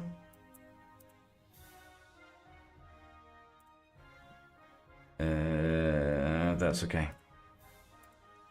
Right, once those troops arrive, I will try and take the next tile. And Thorin... Can Thorin take a 90?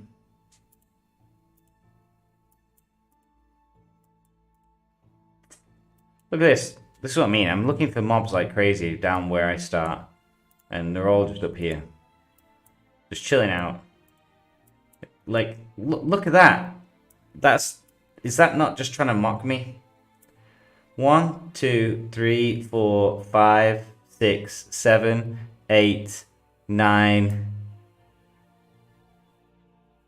9. 9 mobs. 10.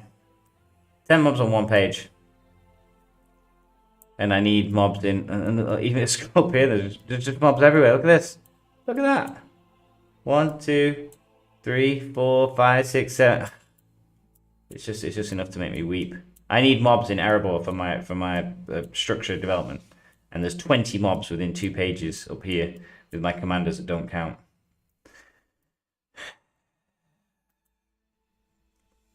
Powers of Grayskull. So, I don't know if Thorin can take that.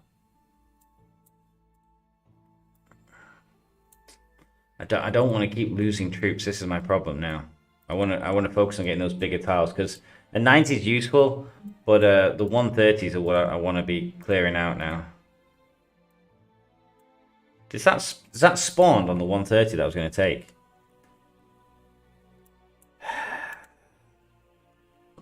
These are the things that I have to deal with.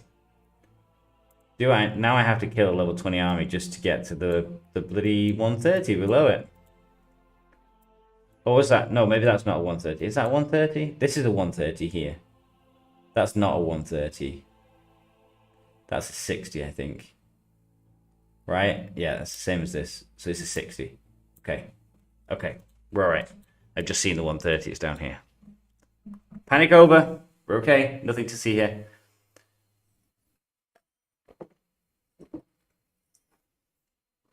Sorry. Sorry, I missed your comment, Spirit Fractal. Do Theoden cavalry bonuses apply to mounted elf units? You will see which do and which don't, because when we look at their skills, it will be whether they say mounted units, which is everything.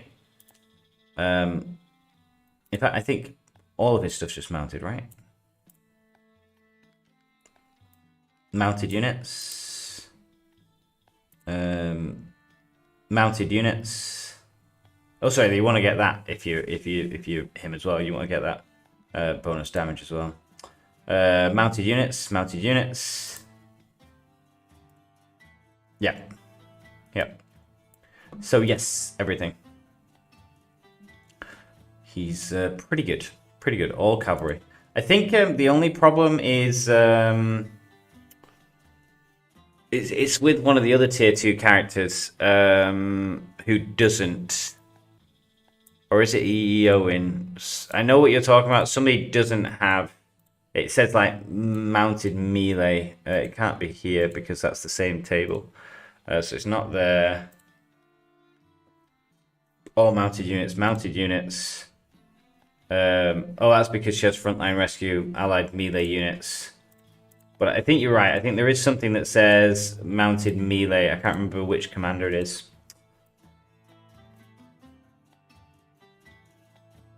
Is there? I don't know if I'm going to see now. Now, I'm just thinking because of some of the other skills in melee. I think there is something with mounted melee. I'm not going to go through all characters to find it, but it would say mounted melee units if it was not bow knights. But if it's just mounted, then yes. I am back. Somehow good has less viable tier 1 commanders. That 200 power land. Yeah, sorry. Rereading the same stuff because I missed comments early on and then jump. My eyes get caught. Yes, I bought all season passes so far. Those season passes are going to add up because 3,600 on the tier 2 commander of your choice is going to push you pretty far, especially with all the bits and pieces that you get for free as well. Do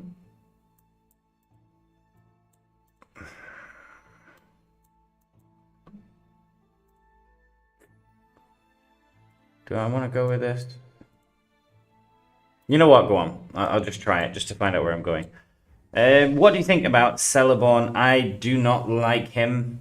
I think he's a bit of a waste of time. I'm sorry. I still haven't watched Randy's video from RTS Gaming because I've just been so hectic this week because last week was Chinese New Year. So the schools are off. So I wasn't working then. But then this week is the schools are still off, but like a lot of people want private lessons for their extra week. because they want their students to study. So I'd have my normal hours and extra hours. So for me, it's like the week before Chinese New Year and the week after Chinese New Year, whilst the children have that as holidays, I actually tend to be working twice as much as I am all the time. So this week's just been slammed. And then in between all that, we had the new season. It's literally the worst time for me for the new season to start. So I've just been drained and I haven't done much else other than sleep and work. So I do need to watch it. You've watched it. I'm going to guess. Before I was going to make I made some summaries, and having watched it, for me, I think Celeborn is really bad unless you are Lothlorien, and then he's essential. For me, if he's Lothlorien, you can do such crazy damage outputs in those first 2 turns. Because let me just get some more healing to Thorin. That was a bit more painful than I would have liked. Let's shove 1 unit of Goat Riders in there just because why not? That's all of my troops. I don't have any reinforcements now after this. Okay, I will have a look. We looked at him before. I'll swing back to Celeborn again because we haven't looked fully into detail. We quickly looked at his tier 5s before, but let me investigate a little bit more. So I said before, he's really good if you're Lothlorien because it respects 5. His whole respect 5 tree is good, and it's based on March Wardens. So I said extra March Wardens for the first 2 turns. They're increased damage, which is affected by a bonus stat, and they gain initiative. So let's go through all these things that it gives your March Wardens. So initiative, you're striking first. And then the first 2 rounds, maximum at 15 points, that's going to be 15, probably somewhere around about 25%. Ish, I think. Somewhere between 25 to 30%. I don't know how much it goes, but let's say for the first 2 turns, plus 25% damage. Then you can also get firing formation after that. So melee damage received minus 10%, and range damage increase by 10%. So there's another buff for your March Warden's damage. Then Elven Leaders. So at max, 7 times 3.6, 7 times 3 is 21, 25. 25%. 25% that all your elves attack again. So if that happens in the first 2 rounds, we'll see how insane it is. Knowing Randy, he probably did it on a spreadsheet because I've known him from other games before. If he didn't, and I watched that video, maybe I'll do it instead because I actually kind of like doing spreadsheets as well. We'll see how insane this damage output potentially is for a max value. If you manage to get like that double trigger follow up on the first 2 turns, how insane the damage will be. From tier 3, you can also take all allied elves plus 15% chance to evade damage. And ranged units, damage received minus 14% maxed. At the bottom of that, to twin it, ranged units damage plus 21%. So there we can have another plus 21% damage on our March Warden's damage value. Then we go into the tier 1 table. So guide again is another bonus to damage. So first 2 rounds plus 30%. So that triggers with our bonus before. So first 2 rounds plus 30%.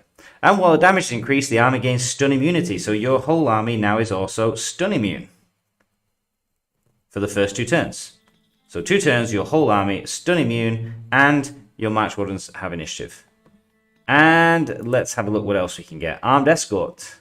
Drop that, you don't need that. That's a damage dealing ability. You won't have enough points to pick everything up. Foresight, first 4 rounds, allied units, 110% chance to gain Pursuit each round. You don't need Pursuit because March Wardens already have that inbuilt to their abilities. So we can drop Foresight and don't waste points on any of these splinter skills. You just want that guide for the first 2 turns. Then we go into the Wise. This is where we get additional bonuses. So as the commander stats increase, they gain the following bonus. So focus is above 150, then minus 15% damage received. So on the other ability we had minus... Let me just remember. We've got minus 10% damage received for your melee units. Minus 14% for your range units. I mean, obviously you can't take all these skills anyway, but I'm saying potentially how everything synergizes quite well if you're going to go with damage received instead. I wouldn't go with that. I'd go with a super damage plus. Then when the focus gains 250, you gain madness immunity. So now your army is also madness immune. So let's see. Madness immune for your army. Whole army is stun immune for the first 2 turns. Your March Wardens have the initiative to the turn. And when you gain higher, you also gain initiative again there. So you don't necessarily need it from the other skill. And Silver Tall, bonus focus and speed, you shouldn't really need those because you'll already be hitting everything you need to achieve. And Magical Barrier, if you're going to go with defensive build, then you could get bonus defense. So in total, we have, what did I put here? First 2 rounds, plus 55% damage. Plus 10, plus 21, plus 25? Oh no, sorry. Plus 22%. So we're now on around 77% bonus damage for March Wardens. And you've got 25% chance of double attack follow-up from here. It's crazy. It's crazy because March Wardens already do like 59 to 60 damage. So you're taking their damage values up 77%. So let's just round that up to 80 if you can get it from the speeds. And plus you've also got his might bonus in there as well. So that's going to increase them up percentage-wise as well. So let's say you can get them up to 60. Sorry, I just worked this out. 10% is 6. 48. So it's about, what, 100 and probably about 110. They're going to be racking about 110 damage per March Wardens for the first 2 turns. It's just horrific because you do all of that damage, you can take them down. You're also immune to madness. You're immune to stun, so you don't have to worry about those builds messing you up and making you kill your own stuff. And to team up with that, they have they have follow-up, so the units can't even avoid anything. Any commanders that have avoid abilities, you're going to kill them anyway. You know what I mean? It's just everything. Everything. They're unstoppable. For 2 turns of damage, they are unstoppable. Crazy. But only if you're Loth. Because if you're not Loth, then you're not going to take any of that tier 5 stuff. So you're going to lose their bonus in the first 2 turns. You're going to lose that 45, the reduced melee damage and bonus range damage. And you're going to lose that 25% chance of attacking twice. Crazy. Sorry, yeah, I meant to say they do 110 damage each. And the first 2 turns, you got a 25% chance that they attack twice. So if they did trigger in both turns, then they're doing 220 damage in the turns where they hit. So in the first 2 turns, they're doing 440 damage each. 440 damage each. It's crazy. I mean, just thinking about doing 220 damage, they normally do 60. So they're already doing like 3.5 times more. Ay. Evenly matched again.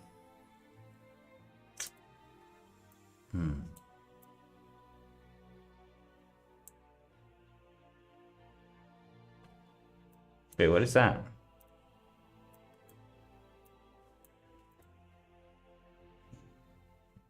"42 minutes.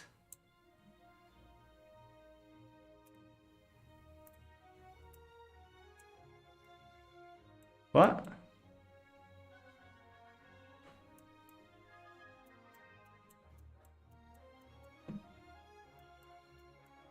I'm sorry, what am I doing here? I'm confused. When did I choose Thorin to do something?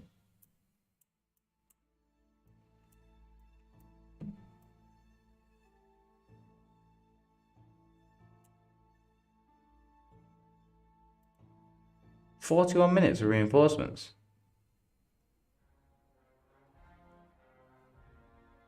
What? Why?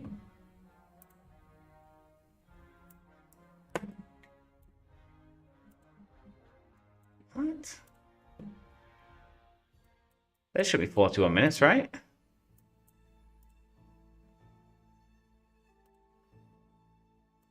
Hmm. 41 minutes.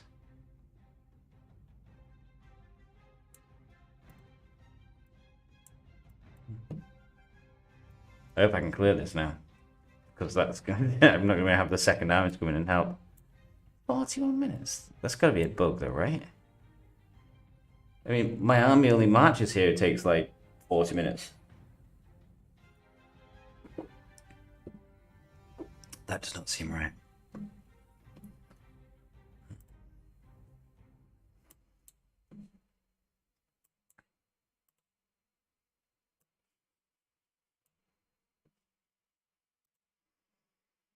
Come on, Gladriel. Let's go. I found this tends to be a lot about what I get. If I get like Grima or something, then my army just gets wrecked. What did I get? Anduin, that's alright. That's fine. Let me just check this. If I Is that because I sent units back? Because look, 20 minutes. You should only be taking 20 minutes. And then this says 42 minutes, 39 minutes. I can't.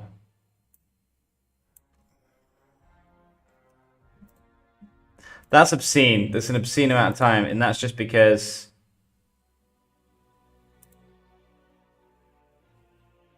Why? Why is that taking 40 minutes? The required reinforcement time for changing units is the same as the required time for repositioning. So why is it taking so bloody long? 19 minutes, that's right. 19 minutes. 20 minutes. What? I had goat riders. It adds 30 minutes just because I want to put some goat riders in. What are you on about? What are you... Why? I'm not taking anything back. I'm adding things in. Like, they're faster than all the rest of the stuff. Yeah, but... yeah, but... The Ram Riders are not slower than the other units. The Ram Riders are twice as fast. Sorry, Goat Riders. The Goat Riders are 96, right? And these other troops up here are, 70 and 68. So 68, 96. So, like, what, they're like 40% faster than all the others. And I'm not taking them out. They're already not. There's nothing in this slot here. So I'm adding in a fast cavalry unit to march with these troops, and all of a sudden, my march time goes up like 30 minutes. What? Nah, I'm not having that. No way. No way. No way at all.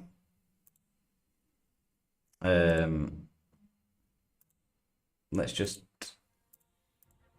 49 minutes for these dead, okay. Let's just speed that up.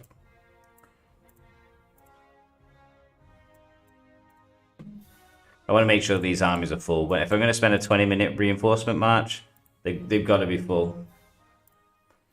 Otherwise, I'm just wasting my time.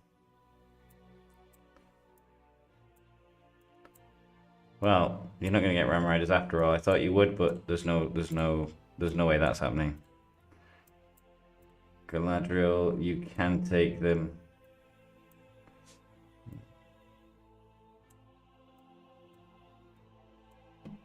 Okay. See, she's just 20 minutes with the 3. That makes no sense. That makes absolutely no sense. But whatever. Okay, so I'm going to reinforce those guys, and then I can look at taking a few more tiles up here if there's something nice in range. I desperately need food and wood, and it's a dwarf that's impossible to get. I also need to get my production to 5,000 so that I can get going on my next progress log. So I need to be hitting over here 290s and another 130. Oh, this guy's coming over here. Dude, like seriously, you got all this area over here. He's like splintered off, like... here, and then decides to just go over here. Dude, weak. Okay, so I'm gonna go for, I've got to remember this so that then I can look back and remember slightly easier. Okay, so it's 90, 90, 130. As long as this guy didn't try and steal all my bloody stuff. 90, 90, 130.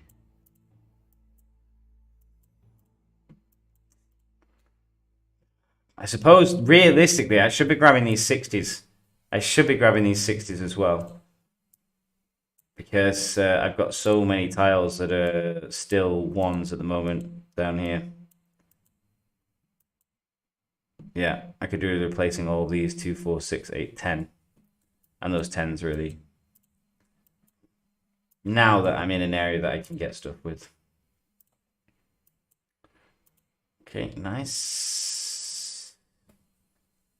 My contributions keep going up.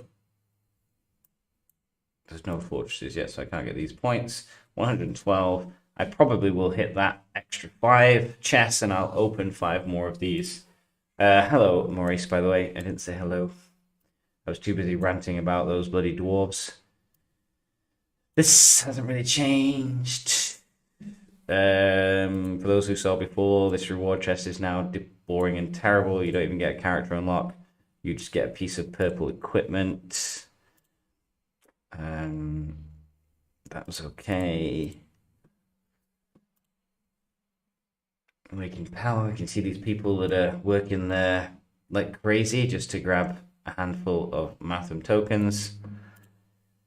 I hit one of these and got murdered, so I'm not going to hit another one again. It's just too painful, so I'm probably not going to get the rest of those rewards, but whatever.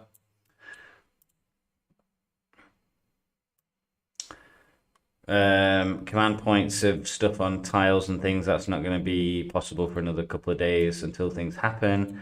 I have finished the Power of the Ring, so no more Mathams from that event. And that's it. Although there are 3 coming up, they are the usual ones of Tavern's Tale, a Swords Drawn, and Mysterious Might.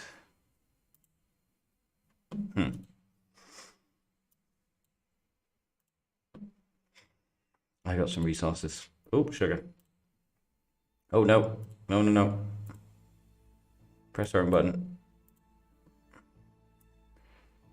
I need to get to 5,000.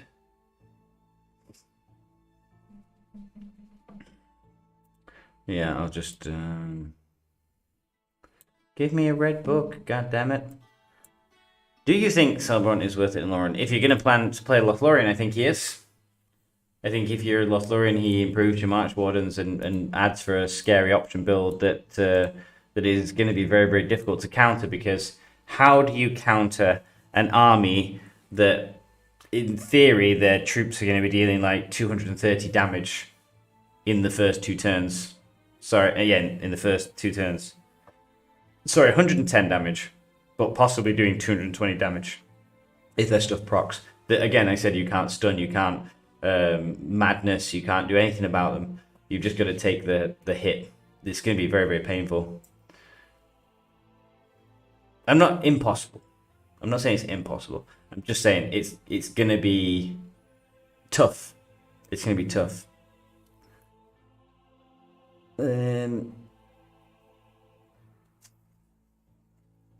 Trolls with alchemists behind them.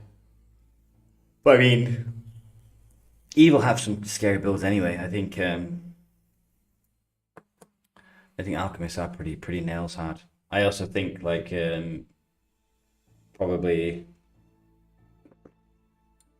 Actually, no, you won't want to use mumma kills either. Mumma kills will get murdered.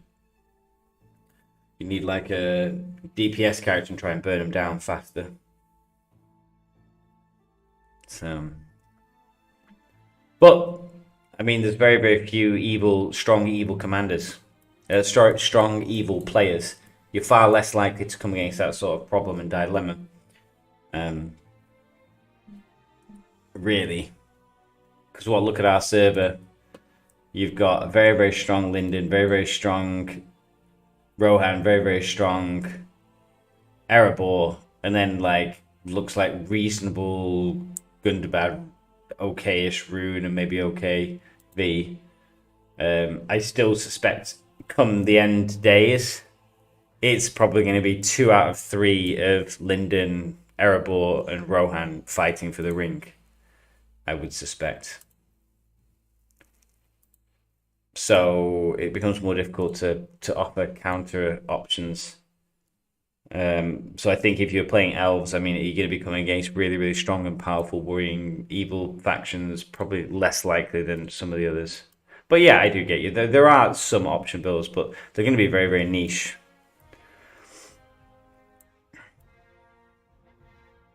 Oh, I've got resources again now. I can actually produce everything. Good. That's 40 minutes worth of everything.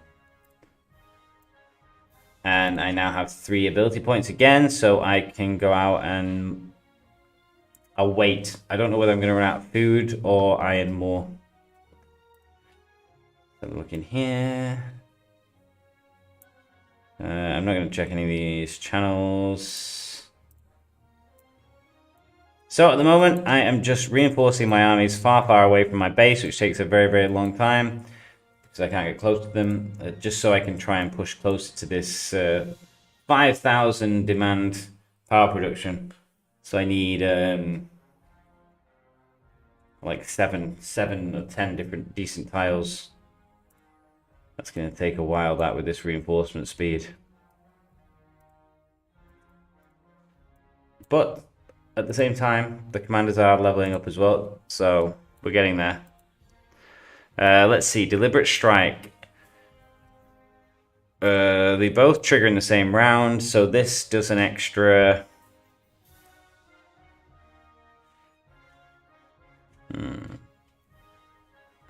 43% to 100.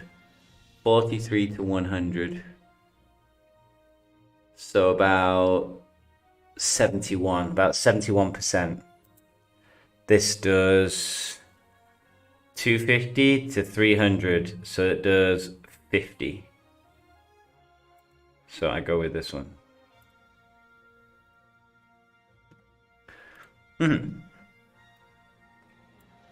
He's getting there as well. Once I get these 2 tables maxed at the top as well, I can pick up this heal for now. This will probably help me a little bit against certain tiles and farmings until I can get his pure DPS unlocked here. This is what I need. Look at that max dwarf hit points as well. Dwarf defense, dwarf hit points, and a physical damage dealer.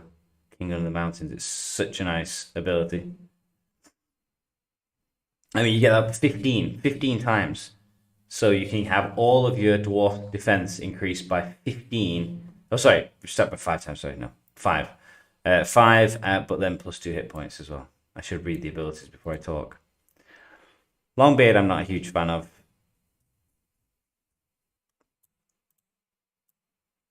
Dwarven Grit. I think I prefer Longbeard a little bit more than Dwarven Grit, but even then, I'm not entirely sure I'm going to go with this table. Because first 4 instances of skill damage in each battle. So that's going to be the first time that your Deliberate Strike, first 2 times of Deliberate Strike and Topple are going to do bonuses.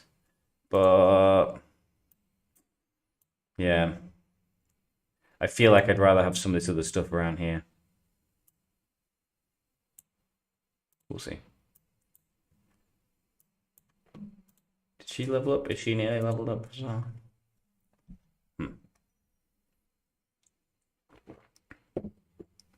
Cool. Right, what I'm going to do at this stage, because I don't have a whole load more to say myself, and I kind of need to catch up on some. I need to catch up on some Discord chat. So I'm going to jump into the voice on the Middle Age Gaming site, and if you want to join, then you can join. Let me just pop it up into the stream. So you will now notice at the top left of the stream, you'll see my name has come up, my Discord name, which if you join the server, you can join us and have a chat about how your day is going, how your server is going, any questions that you may have. I have posted the Discord link that is to the general chat channel for the Middle Age Gaming. Here we have some different areas for general chats. There's a screenshot section where you can post interesting screenshots from your server, and sometimes I ask people to post their stuff, and I will grab the stuff from them and post it onto the stream. There's also live stream information where I keep people updated with planned live stream, or I post at least when the live stream is occurring, and also question and answers in case you have questions and answers during the week and wish to know more. Feel free. Hopefully somebody just pops in. I also have the ability as well, if people want to stream their screen onto this. I've done it before with Tikosh before, where you can stream on Discord, and then I can pick up the Discord video and then stream it onto my stream as well, which is possible. We'll see.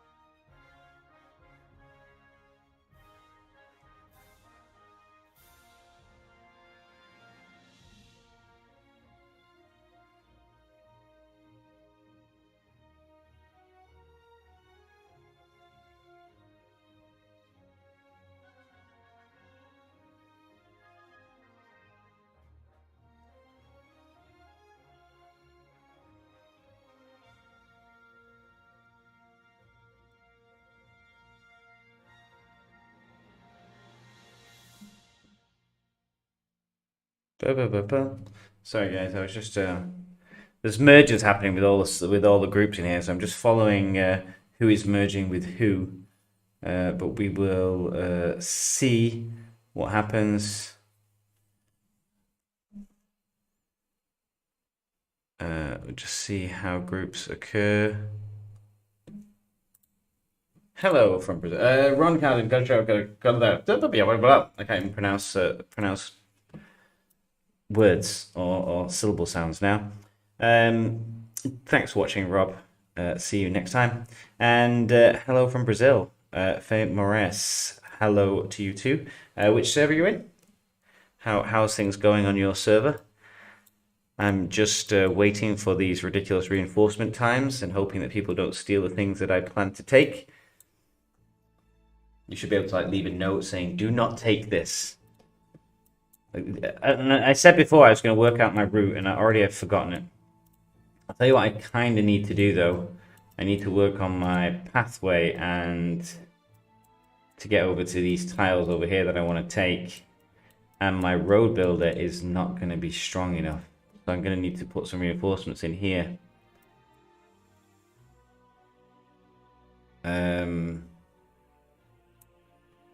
That's going to take 18 minutes just for my road builder. So I better send them up as well. Geeks. Okay, whatever. He's going to be slightly behind. I'll have to work on some other way. Maybe I'll have to just use... Maybe I'll just grab... I'll grab that 30. It doesn't really matter too much. Oh, wait, though. I need to get all the way over...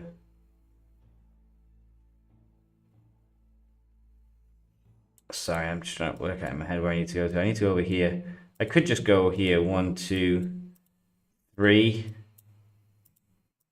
Yeah, I'll do that. Let's cancel those reinforcements. Let's hope that he can take these 3 with what's available.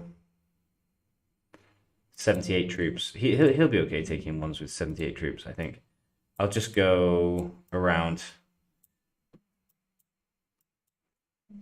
I don't want to lose too much of the stamina from these guys because they're my power hitters. They're my powerful hitters, and I only have like 3 hits with Gladriel and 4 hits with Thorin. So I'd rather you be using these trashy characters up here while I've got them. So I'll go the long way around, come up here, and I'll grab that 30 probably that 30 food, and then get the 90, 90, 130. And then what I'll also do at the same time is I'll get rid of more of these level 1s near my base. This makes sense.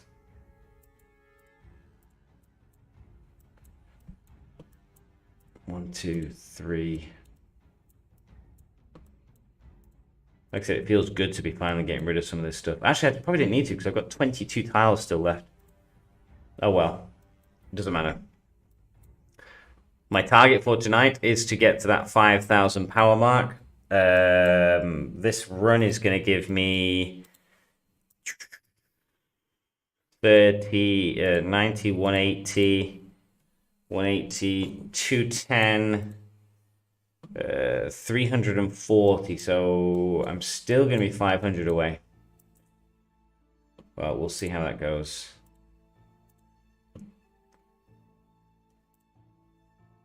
We'll have a quick check what's happening in the world chat.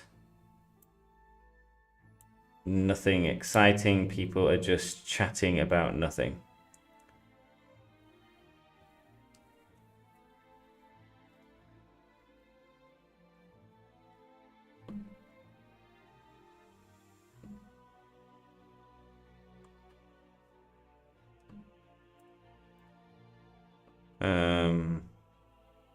Sorry, like I said, at the same time, I'm just keeping an eye upon a discussion. There's a discussion in Discord that I'm trying to keep an eye on, so I do apologize. That's fine.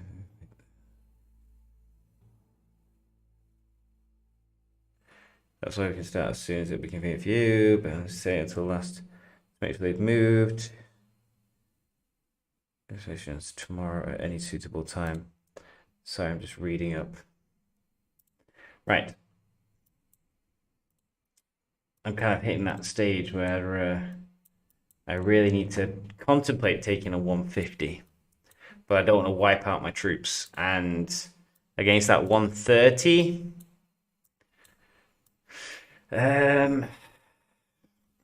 the 130 was kind of tolerable.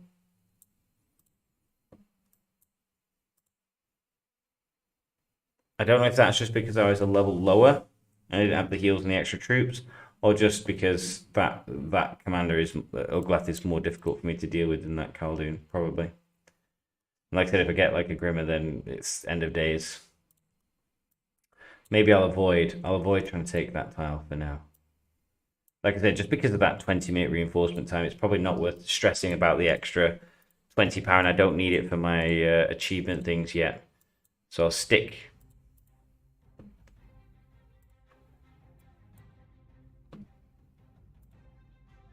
Oh, Takash, you are in the channel. I did not see you. I didn't want you to sit here completely alone. Because I wasn't paying attention. I was looking until I opened the streaming window and then noticed your crazy animal face in the top. For those people who are listening, can you hear Takash properly? Is the volume okay? Hello, hello. Please let me know. I'm doing weird choices by playing on 2 servers at the same time. How are you playing on 2 servers at the same time? Like a different device? Well, not this on the same at the same time, but I have 2 active servers that started on the same day. Oh, I see what you mean. So I thought you meant you were dual playing, like 2 devices at the same time. That I can't do. Because same account. Oh, it's the same account. Okay, right, yeah. They should add features for that. Right, my reinforcements. To enable the spice even more. Yeah.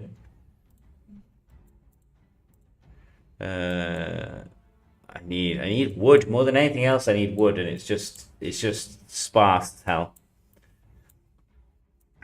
So Takashi, are you playing on your mixed, or are you playing on your roleplay at the moment?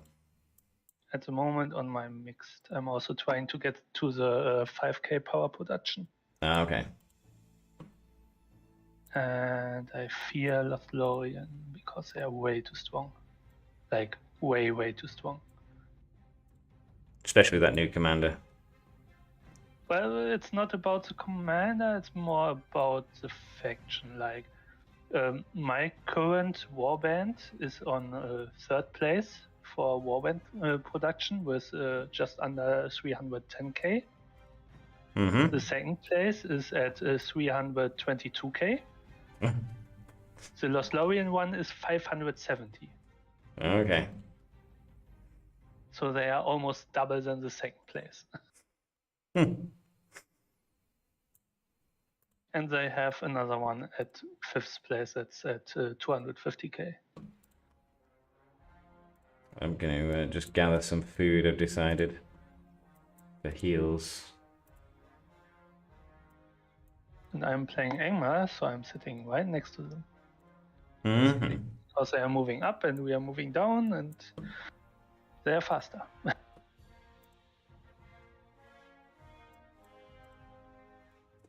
I'm just a bit stuck now because I've got all these three. I think you weren't watching. I got my reward, my city missions from Dale. Was it Dale? I was waiting for somebody, and I got another mob. So all three of my cities request missions are structured development quests are for mobs. I've got the Dale is killed 2 mobs. And Erebor has killed 5 mobs. 4, and my mission from Lake Town is 3 mobs. And they all give different. But I mean, if I could find the mobs to kill, then I'd be pretty good. I could complete all these the missions for the cities. I do my kill quest from Lake Town. Because commander you send to the city, it works like a fort for them, so I can just use that commander to clear the enemies.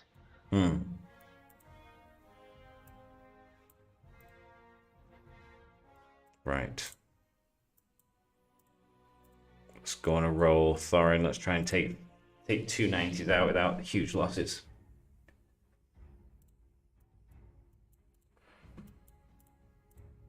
There's some 60s up there that he could take as well. So he's got 90, 60, and 60. Hopefully he can do it without me having to reinforce.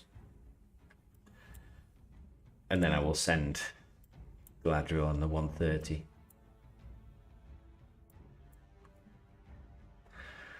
Doing alright up here. The problem is, like I say, as soon as I go to sleep tonight, this game over. When I wake up tomorrow, the whole area will be taken. Oh yeah. Okay. How bad did it go?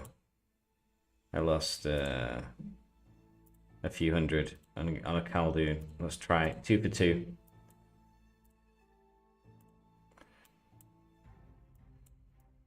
And then I want to go for these 60s. Do you feel confident attacking 200 level 20 mobs? I took level 20 mobs before, it was okay. Southwest of Lake Town are several level 20 cavalry marauder mobs.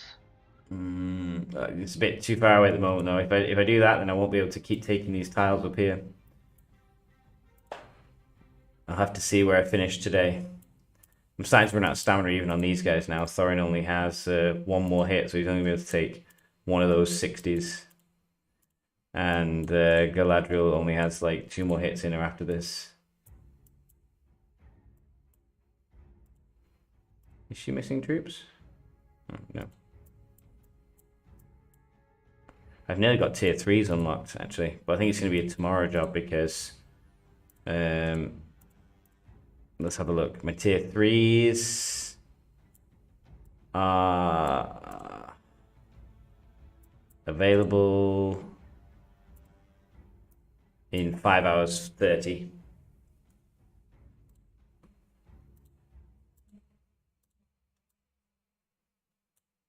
That's it. I need to start working on what I'm going to try and unlock from these other tables actually at some stage. what do I want to go with?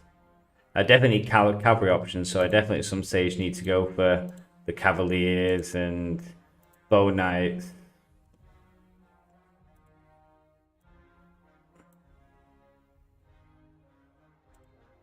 I don't have any resources to any building. I don't have any ore. So I can do the ore building. I suppose I've got nothing else to do. I feel like I'm just drained of everything. Until I go to bed and wake up and I've got a whole load of more resources, I can't do anything. Okay. I blame all your forts, because those cost a lot. I need to get places, man. If I didn't get up here now, I wouldn't be able to get any of these. I would have just been stuck in a rut. Because if I can grab all these now and increase my resources, then tomorrow I can redeploy back to my base and I can go for the tiles that they're opening up on the other side of the river now. And then push into the middle. But ideally I want to start getting as many like 130s and 150s up in this safer region. In the middle of nowhere.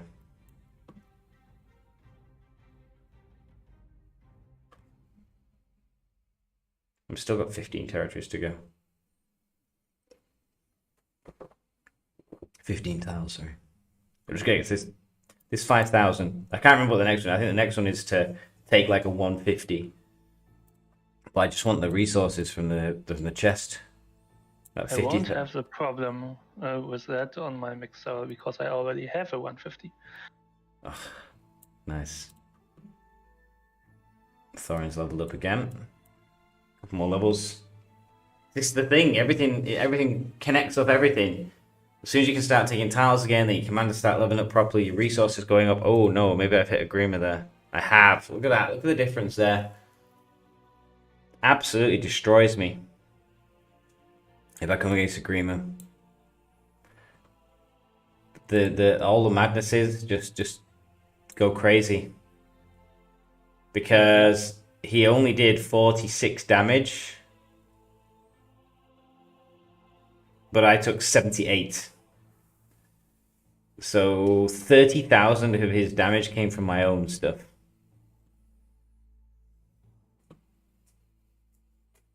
Terrible. There's not much I can do about that. Apart from having my anti-madness, but it just seems crazy to have an entire gear set piece just for Grima. But that did hurt. That did hurt a fair bit. For most commanders, you usually want anti-madness or anti-stun helmet. Just because if they run into somebody and they don't have it covered, they are just dead.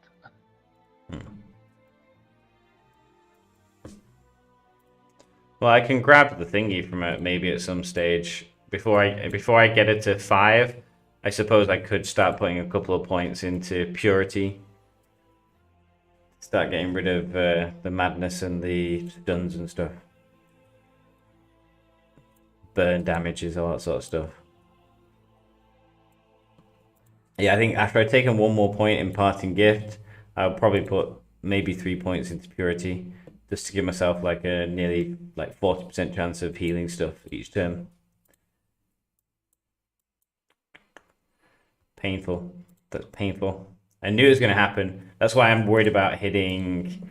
I don't really want to hit a 150 at the moment because I know if I come against a Grima, then it's going to make me cry. I don't have food to heal. Yeah, your problem is that it's so far away. Otherwise, you could just send somebody to scout. Yeah, well, she's gonna win it. But yeah, if I had even just like a fast cavalry troop option as well, I don't even have a fast cavalry troop like tier 1 option just to shoot up there. So it only takes like maybe 5 or 10 minutes or something. Thorin, I can't use him for another 30 minutes. Ay. So once I take that 60, there's another 90. There's bits and pieces. Unfortunately, they're a bit scattered out for my liking. There's another 60 food, so there's a couple of 60s here and a 90. 3 6 and 90. I just have to trade up a little bit and then gain my courage to go for that 130 food. I'll just keep pushing in this direction. As long as you push in a straight line, you tend to fare a bit better than the people who start to scatter out a little bit. Like too many people, they'll see like a tile here or something, like that 60, and then they'll deviate from their route here, and then they'll pathway over here, and then they'll hit this 160. But it just allows other people to push ahead of you. Whereas if you just keep pushing in a very, very narrow sort of like 5 line, keep going, you'll keep getting tiles as you go. But people, when they are relocating and they move closer, they won't they won't need to push ahead of you because they'll notice there's still loads of tiles behind you. So that what they'll tend to do is it'll be easy for them to do that, to just build a road and take the tile that's behind you, sort of thing. So that's why I just want to keep pushing forward and just hit everything I can close together in a line. So like I said, I want like 130, and then that 60 and that 90. And that will take me on 60, 120, 210, 340. I've got another 130. So whatever that is, just under 500. So I'll be in touching distance of my 5,000 target. You want to stream us your anything you want to show us? Maybe. Did you look at the spreadsheet I linked before? I haven't yet. Should I post it again? 1 second. I'm just some guy was posting. Insane Peon went through the city stuff. Mob can be anywhere in the region. Doesn't have to be the commander in the city. If your base sweeps a mob in the region, it counts. Okay. You posted it in Twitch chat. I can post it in Discord too. Yes. Probably better. Definitely.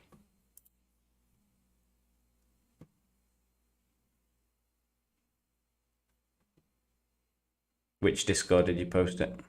The middle-aged gaming. Okay. In I general see. chat. Okay.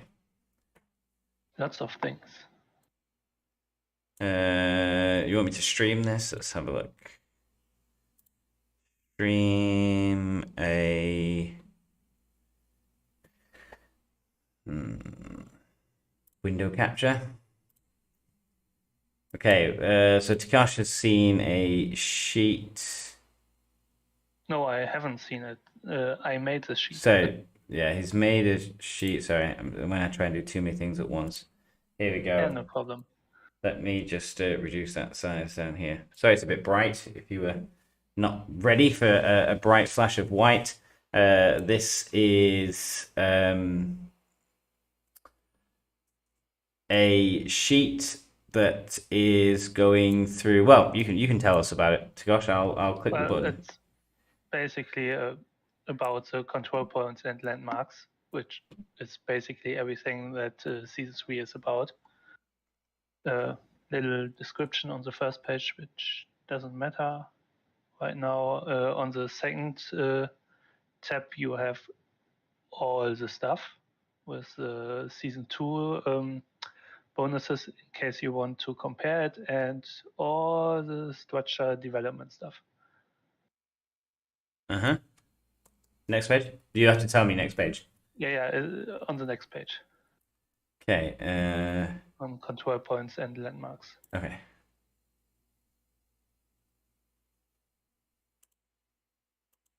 So what's this page?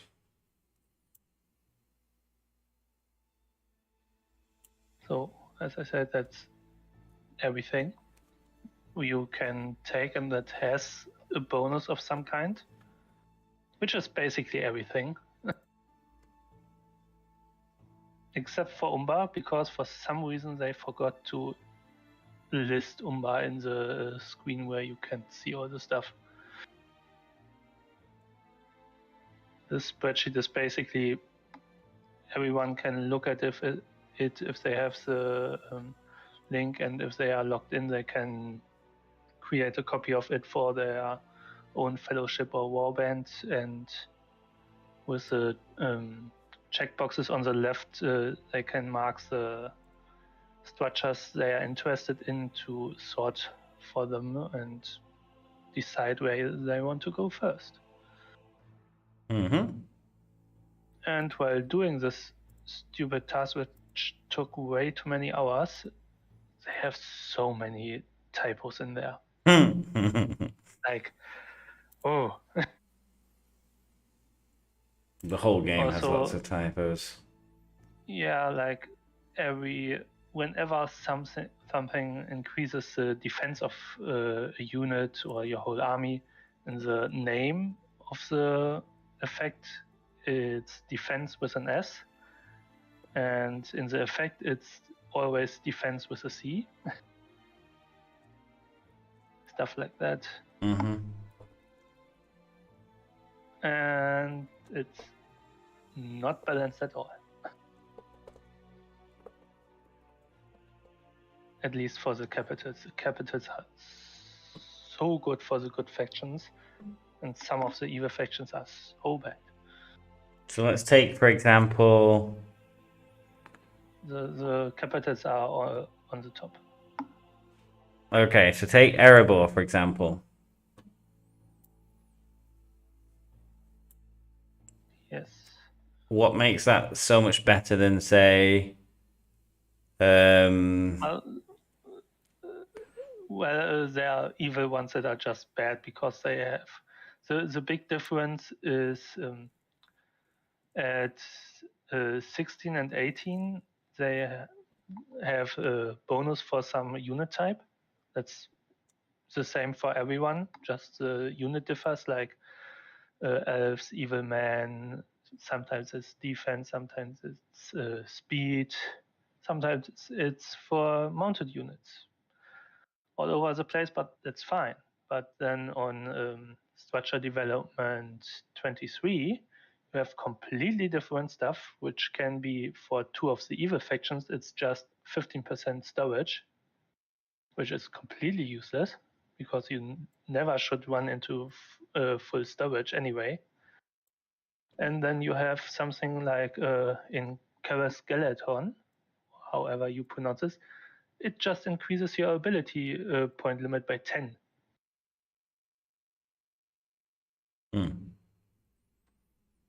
Which is not balanced at all because 10 more ability points is so strong.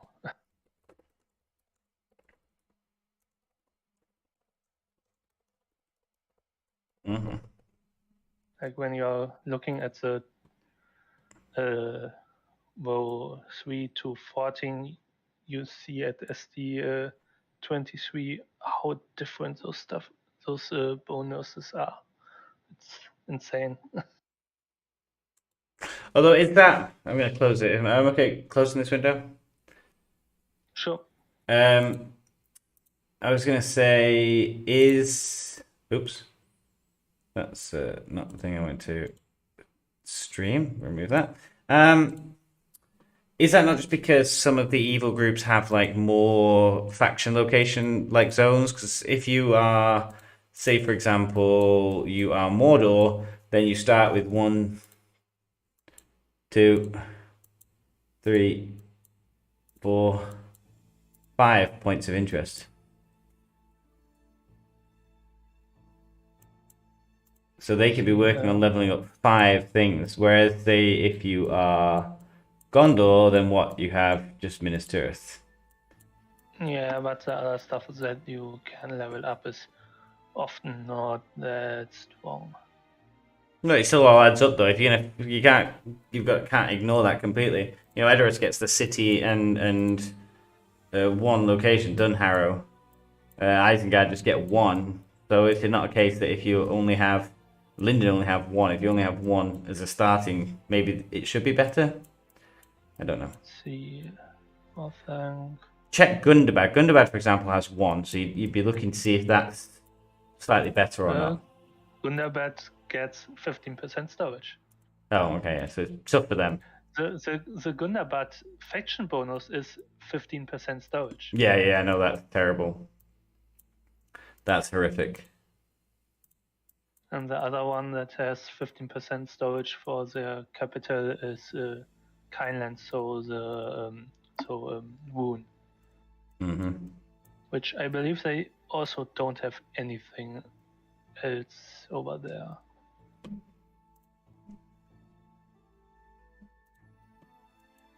Try to reinforce these guys. Try and get some more troops to the front line.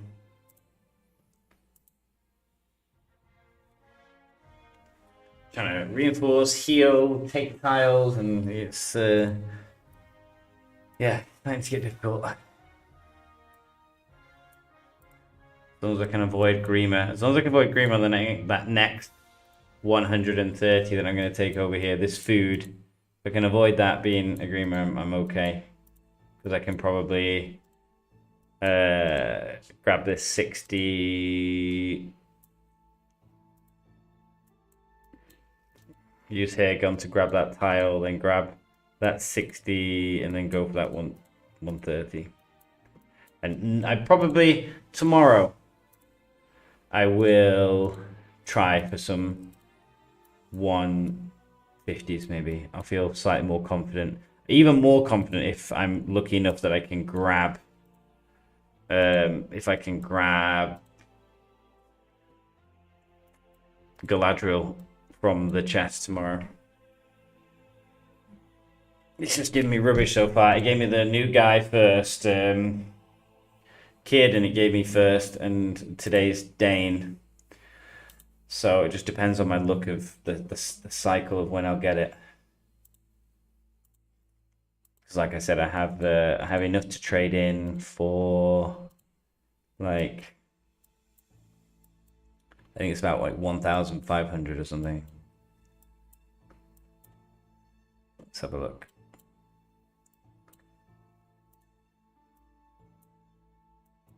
Uh, 2,200 Matham tickets. Even more if I go for like this sort of stuff. 2,400, 2,500 Matham tickets for trading. That's a lot. And that's excluding the fact that if need be, I've got another 33 purple favor here that I've not opened. I'm just biding my time waiting for...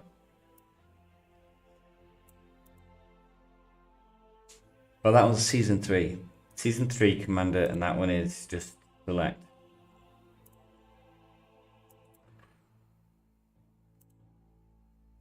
So... I'm just saving these up, and then at some stage, I'll just go hell for leather on like one commander when I get like about 70 of them after a few seasons, and just be like, okay, fine. I'm just going to open everything up and just super power up one of my older purple ones, like Theoden. I'll just be okay. I'm going to open up what now I've got 33 chests. So 3,300. Still not really that much, actually. But it'll get me closer. What am I at now? 3,300. So that would give me like 1.5 levels. No, nearly the second level. Take him up to 7. Should I just do that? You could. 2 extra points. I mean, I'm going to be using him this season anyway at some stage. And these are season 2 and season 3 command chests. I don't think I'm going to get any more of those. I'm probably not going to get any more of these chests. And the season 3 chest, I don't think it'll include any other new characters that they release. I think it's just... Just the season 2 ones, basically. Yeah, I was going to say, the season 3 commander gift pack doesn't even have the Doesn't have season the new 3 season character in ones. it. Yeah, which is just ridiculous. The season 3 gift commander pack, I think, has the exact same as the season 2 one, right?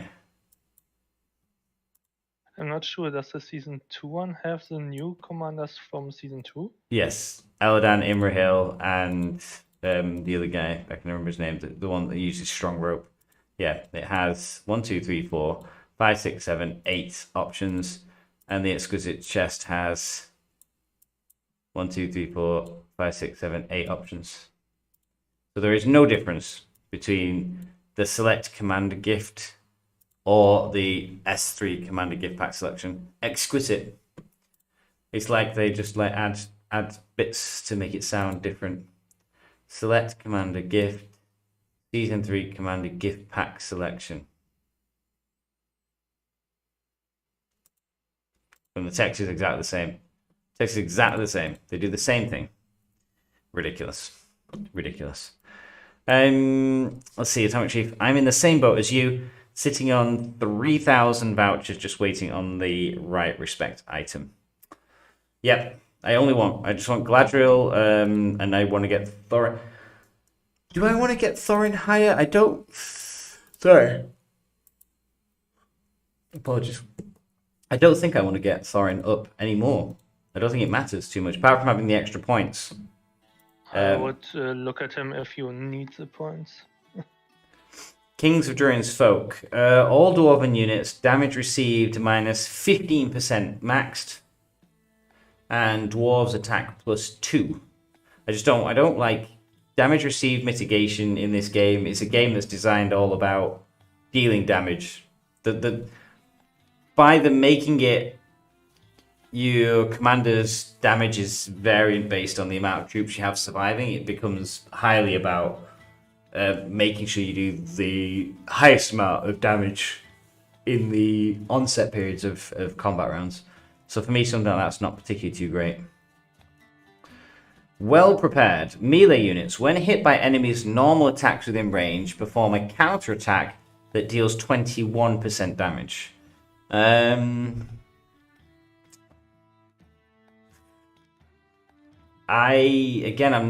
not entirely convinced about that because the multiple complexities of counterattack make me concerned. One, you have to be using melee units. Okay, you're dwarf players, so you probably are using melee units, but their tanks not got huge amounts of damage output.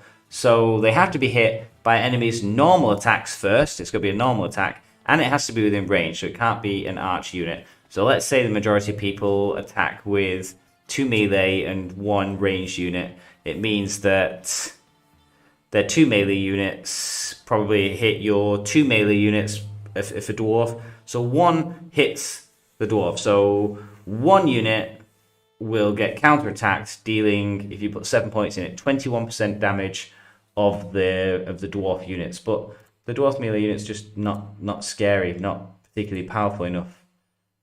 So for me, I am not a massive fan of that ability either. And then parry, army damage from melee units reduced. So at tier respect 5, he basically becomes anti-melee. So anti sort of Aragon 2 melee builds, or maybe like an anti. Trying to think. Cavalry, maybe slightly, you're not terrible against a Theoden mounted entirely army in that you take reduced damage and you're performing counterattacks and you're taking less damage. But for me, it's too circular. I keep saying if, and when I hit too many ifs, I hit kind of like a limit that says, no, that's not particularly great. If I hit more than like 3 ifs in one situation of why the commander is good, then I drop it down my list of usefulness. Okay, it's really good if I'm using melee units that are dwarf, and if the opponent is using all melee units, and if I happen to have a unit that's doing reasonable damage to make the counterattack worthwhile. It's no good doing counterattack 21%. I have 2 melee units, they have 2 melee units, I get hit by 1, and my melee's damage is so poor, and then I do an extra 21% in a counterattack ability. It's not overwhelming. Yeah, the problem with that is if at all, you are using at most 2 dwarven units in your army. Because there's no reason to have 2 tanks So you probably have a tank and the X-Wars. Hmm. And the X-Wars don't profit from the counter-attack. And they have to be attacking your unit, and they have to be melee units. So all their arch units obviously are immune to the counterattack, and then the melee units that they are using, if they only have one tank unit, then they're only hitting you with one melee unit. Well, if your melee units, if the enemy ranged units are in range of your melee units, they will counterattack. Yeah, but if you have one, if you're using if you're the dwarf player with Thorin, you're using one tank option, say Iron Warriors, and the opponent is using one tank option and two range, then you've both got melee. You only will get counterattacks until the enemy melee unit is down. The only thing I can think of, something like well prepared would be really useful. Oh no, sorry, I'm thinking of a different character. I was gonna say if you're just gonna like entirely go in and do a damage build, and you're just gonna take all Iron Warriors, and then maybe you get hit twice, and hope that the opponent's got two melee units, so you get 21% damage, 21% damage. For me, I think that's all I can particularly see it being useful for. Sorry, I'm just going to keep healing these troops, try and get some more. I need to reinforce Thorin in the front lines. Okay. Let's have a look at Iron Warriors. I can't remember the damage output.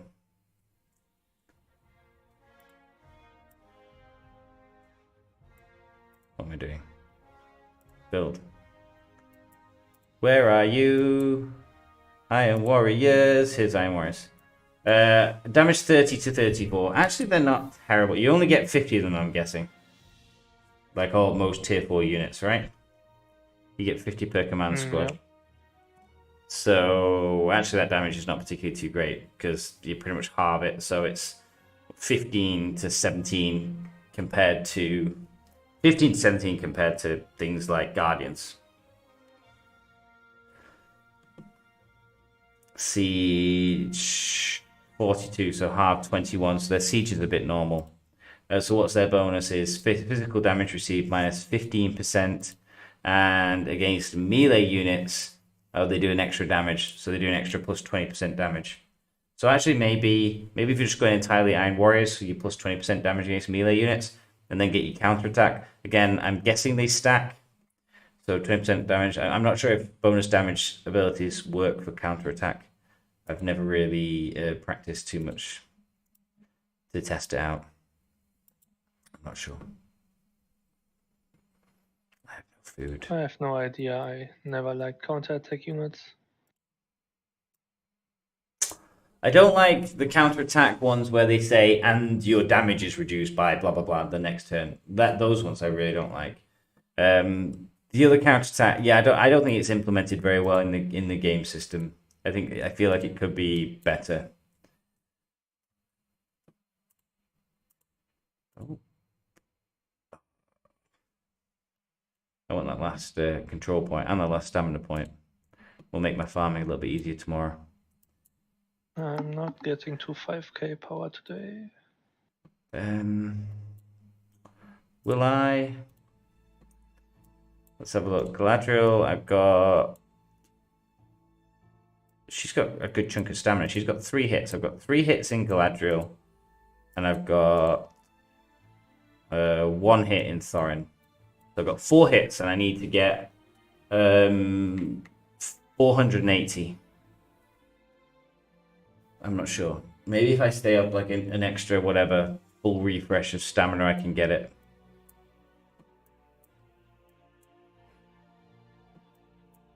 I think I'd need another hit off each of them. And then tomorrow I'm going to have to go back for the mob duty, I think. Killing the mobs. Let's have a look here. Who is the hottest female? I love some of the random conversations in here.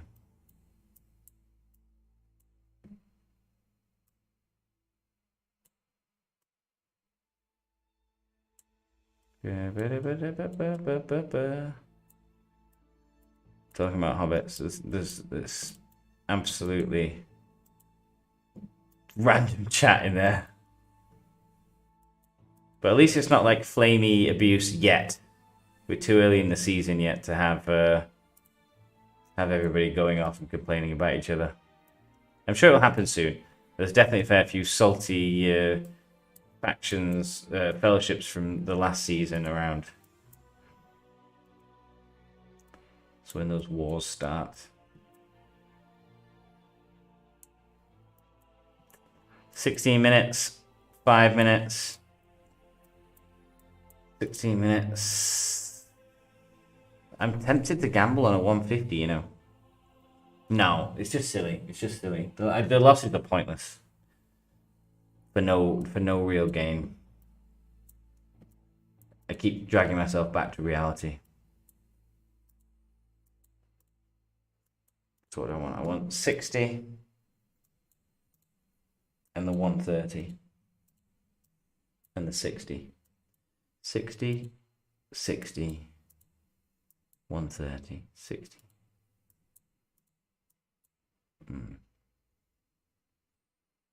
60, 90. Damn it, those mobs spawn in like the worst place possible. They work out exactly where your ideal and optimal build is, and then they put the stupid things in the way just to make your life painful. Okay, Hergon, you'll take this territory. And then I can take 60 with Thorin when he's ready. And I'll take the 1 and the 60. 60.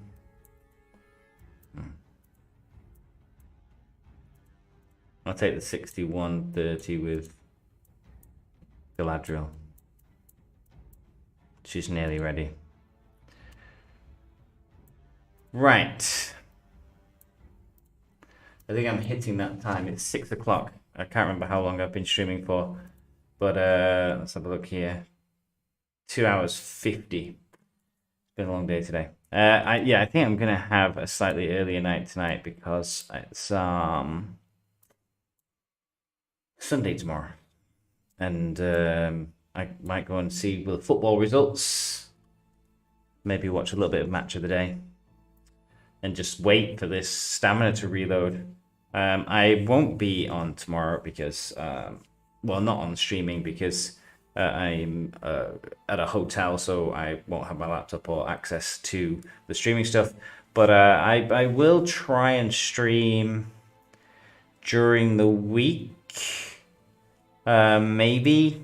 We'll see. I'm not entirely sure it's worthwhile because, like I said, the streaming times for me would be not ideal for Europe and the States. So it would have to be at a weird time for me, so like streaming at 1 a.m. or so, just to get 6 or 7 p.m. in the European times. But we'll see. I'll have a think about it, and I will let people know on Discord if it's going to happen, and give people a heads up earlier in the day or the night before.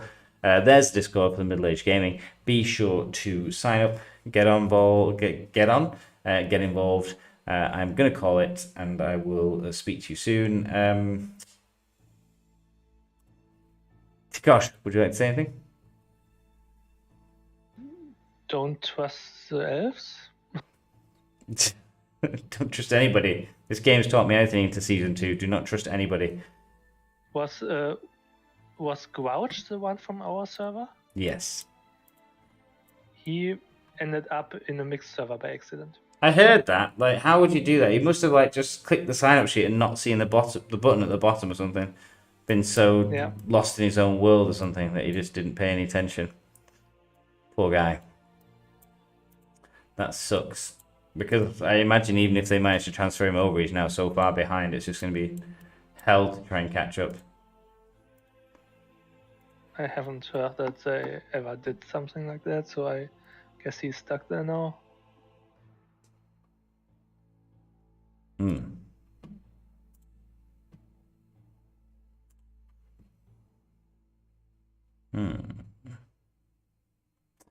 Right.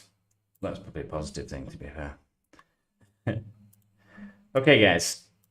I will see you on Discord. I will see you on the channel. Be sure to check everything out and recommend any videos. I've not done videos for a while. I've been doing focusing on the streaming the last couple of days, but I will get back to doing some videos and get some released hopefully in the next week. Take care, peace out, and until next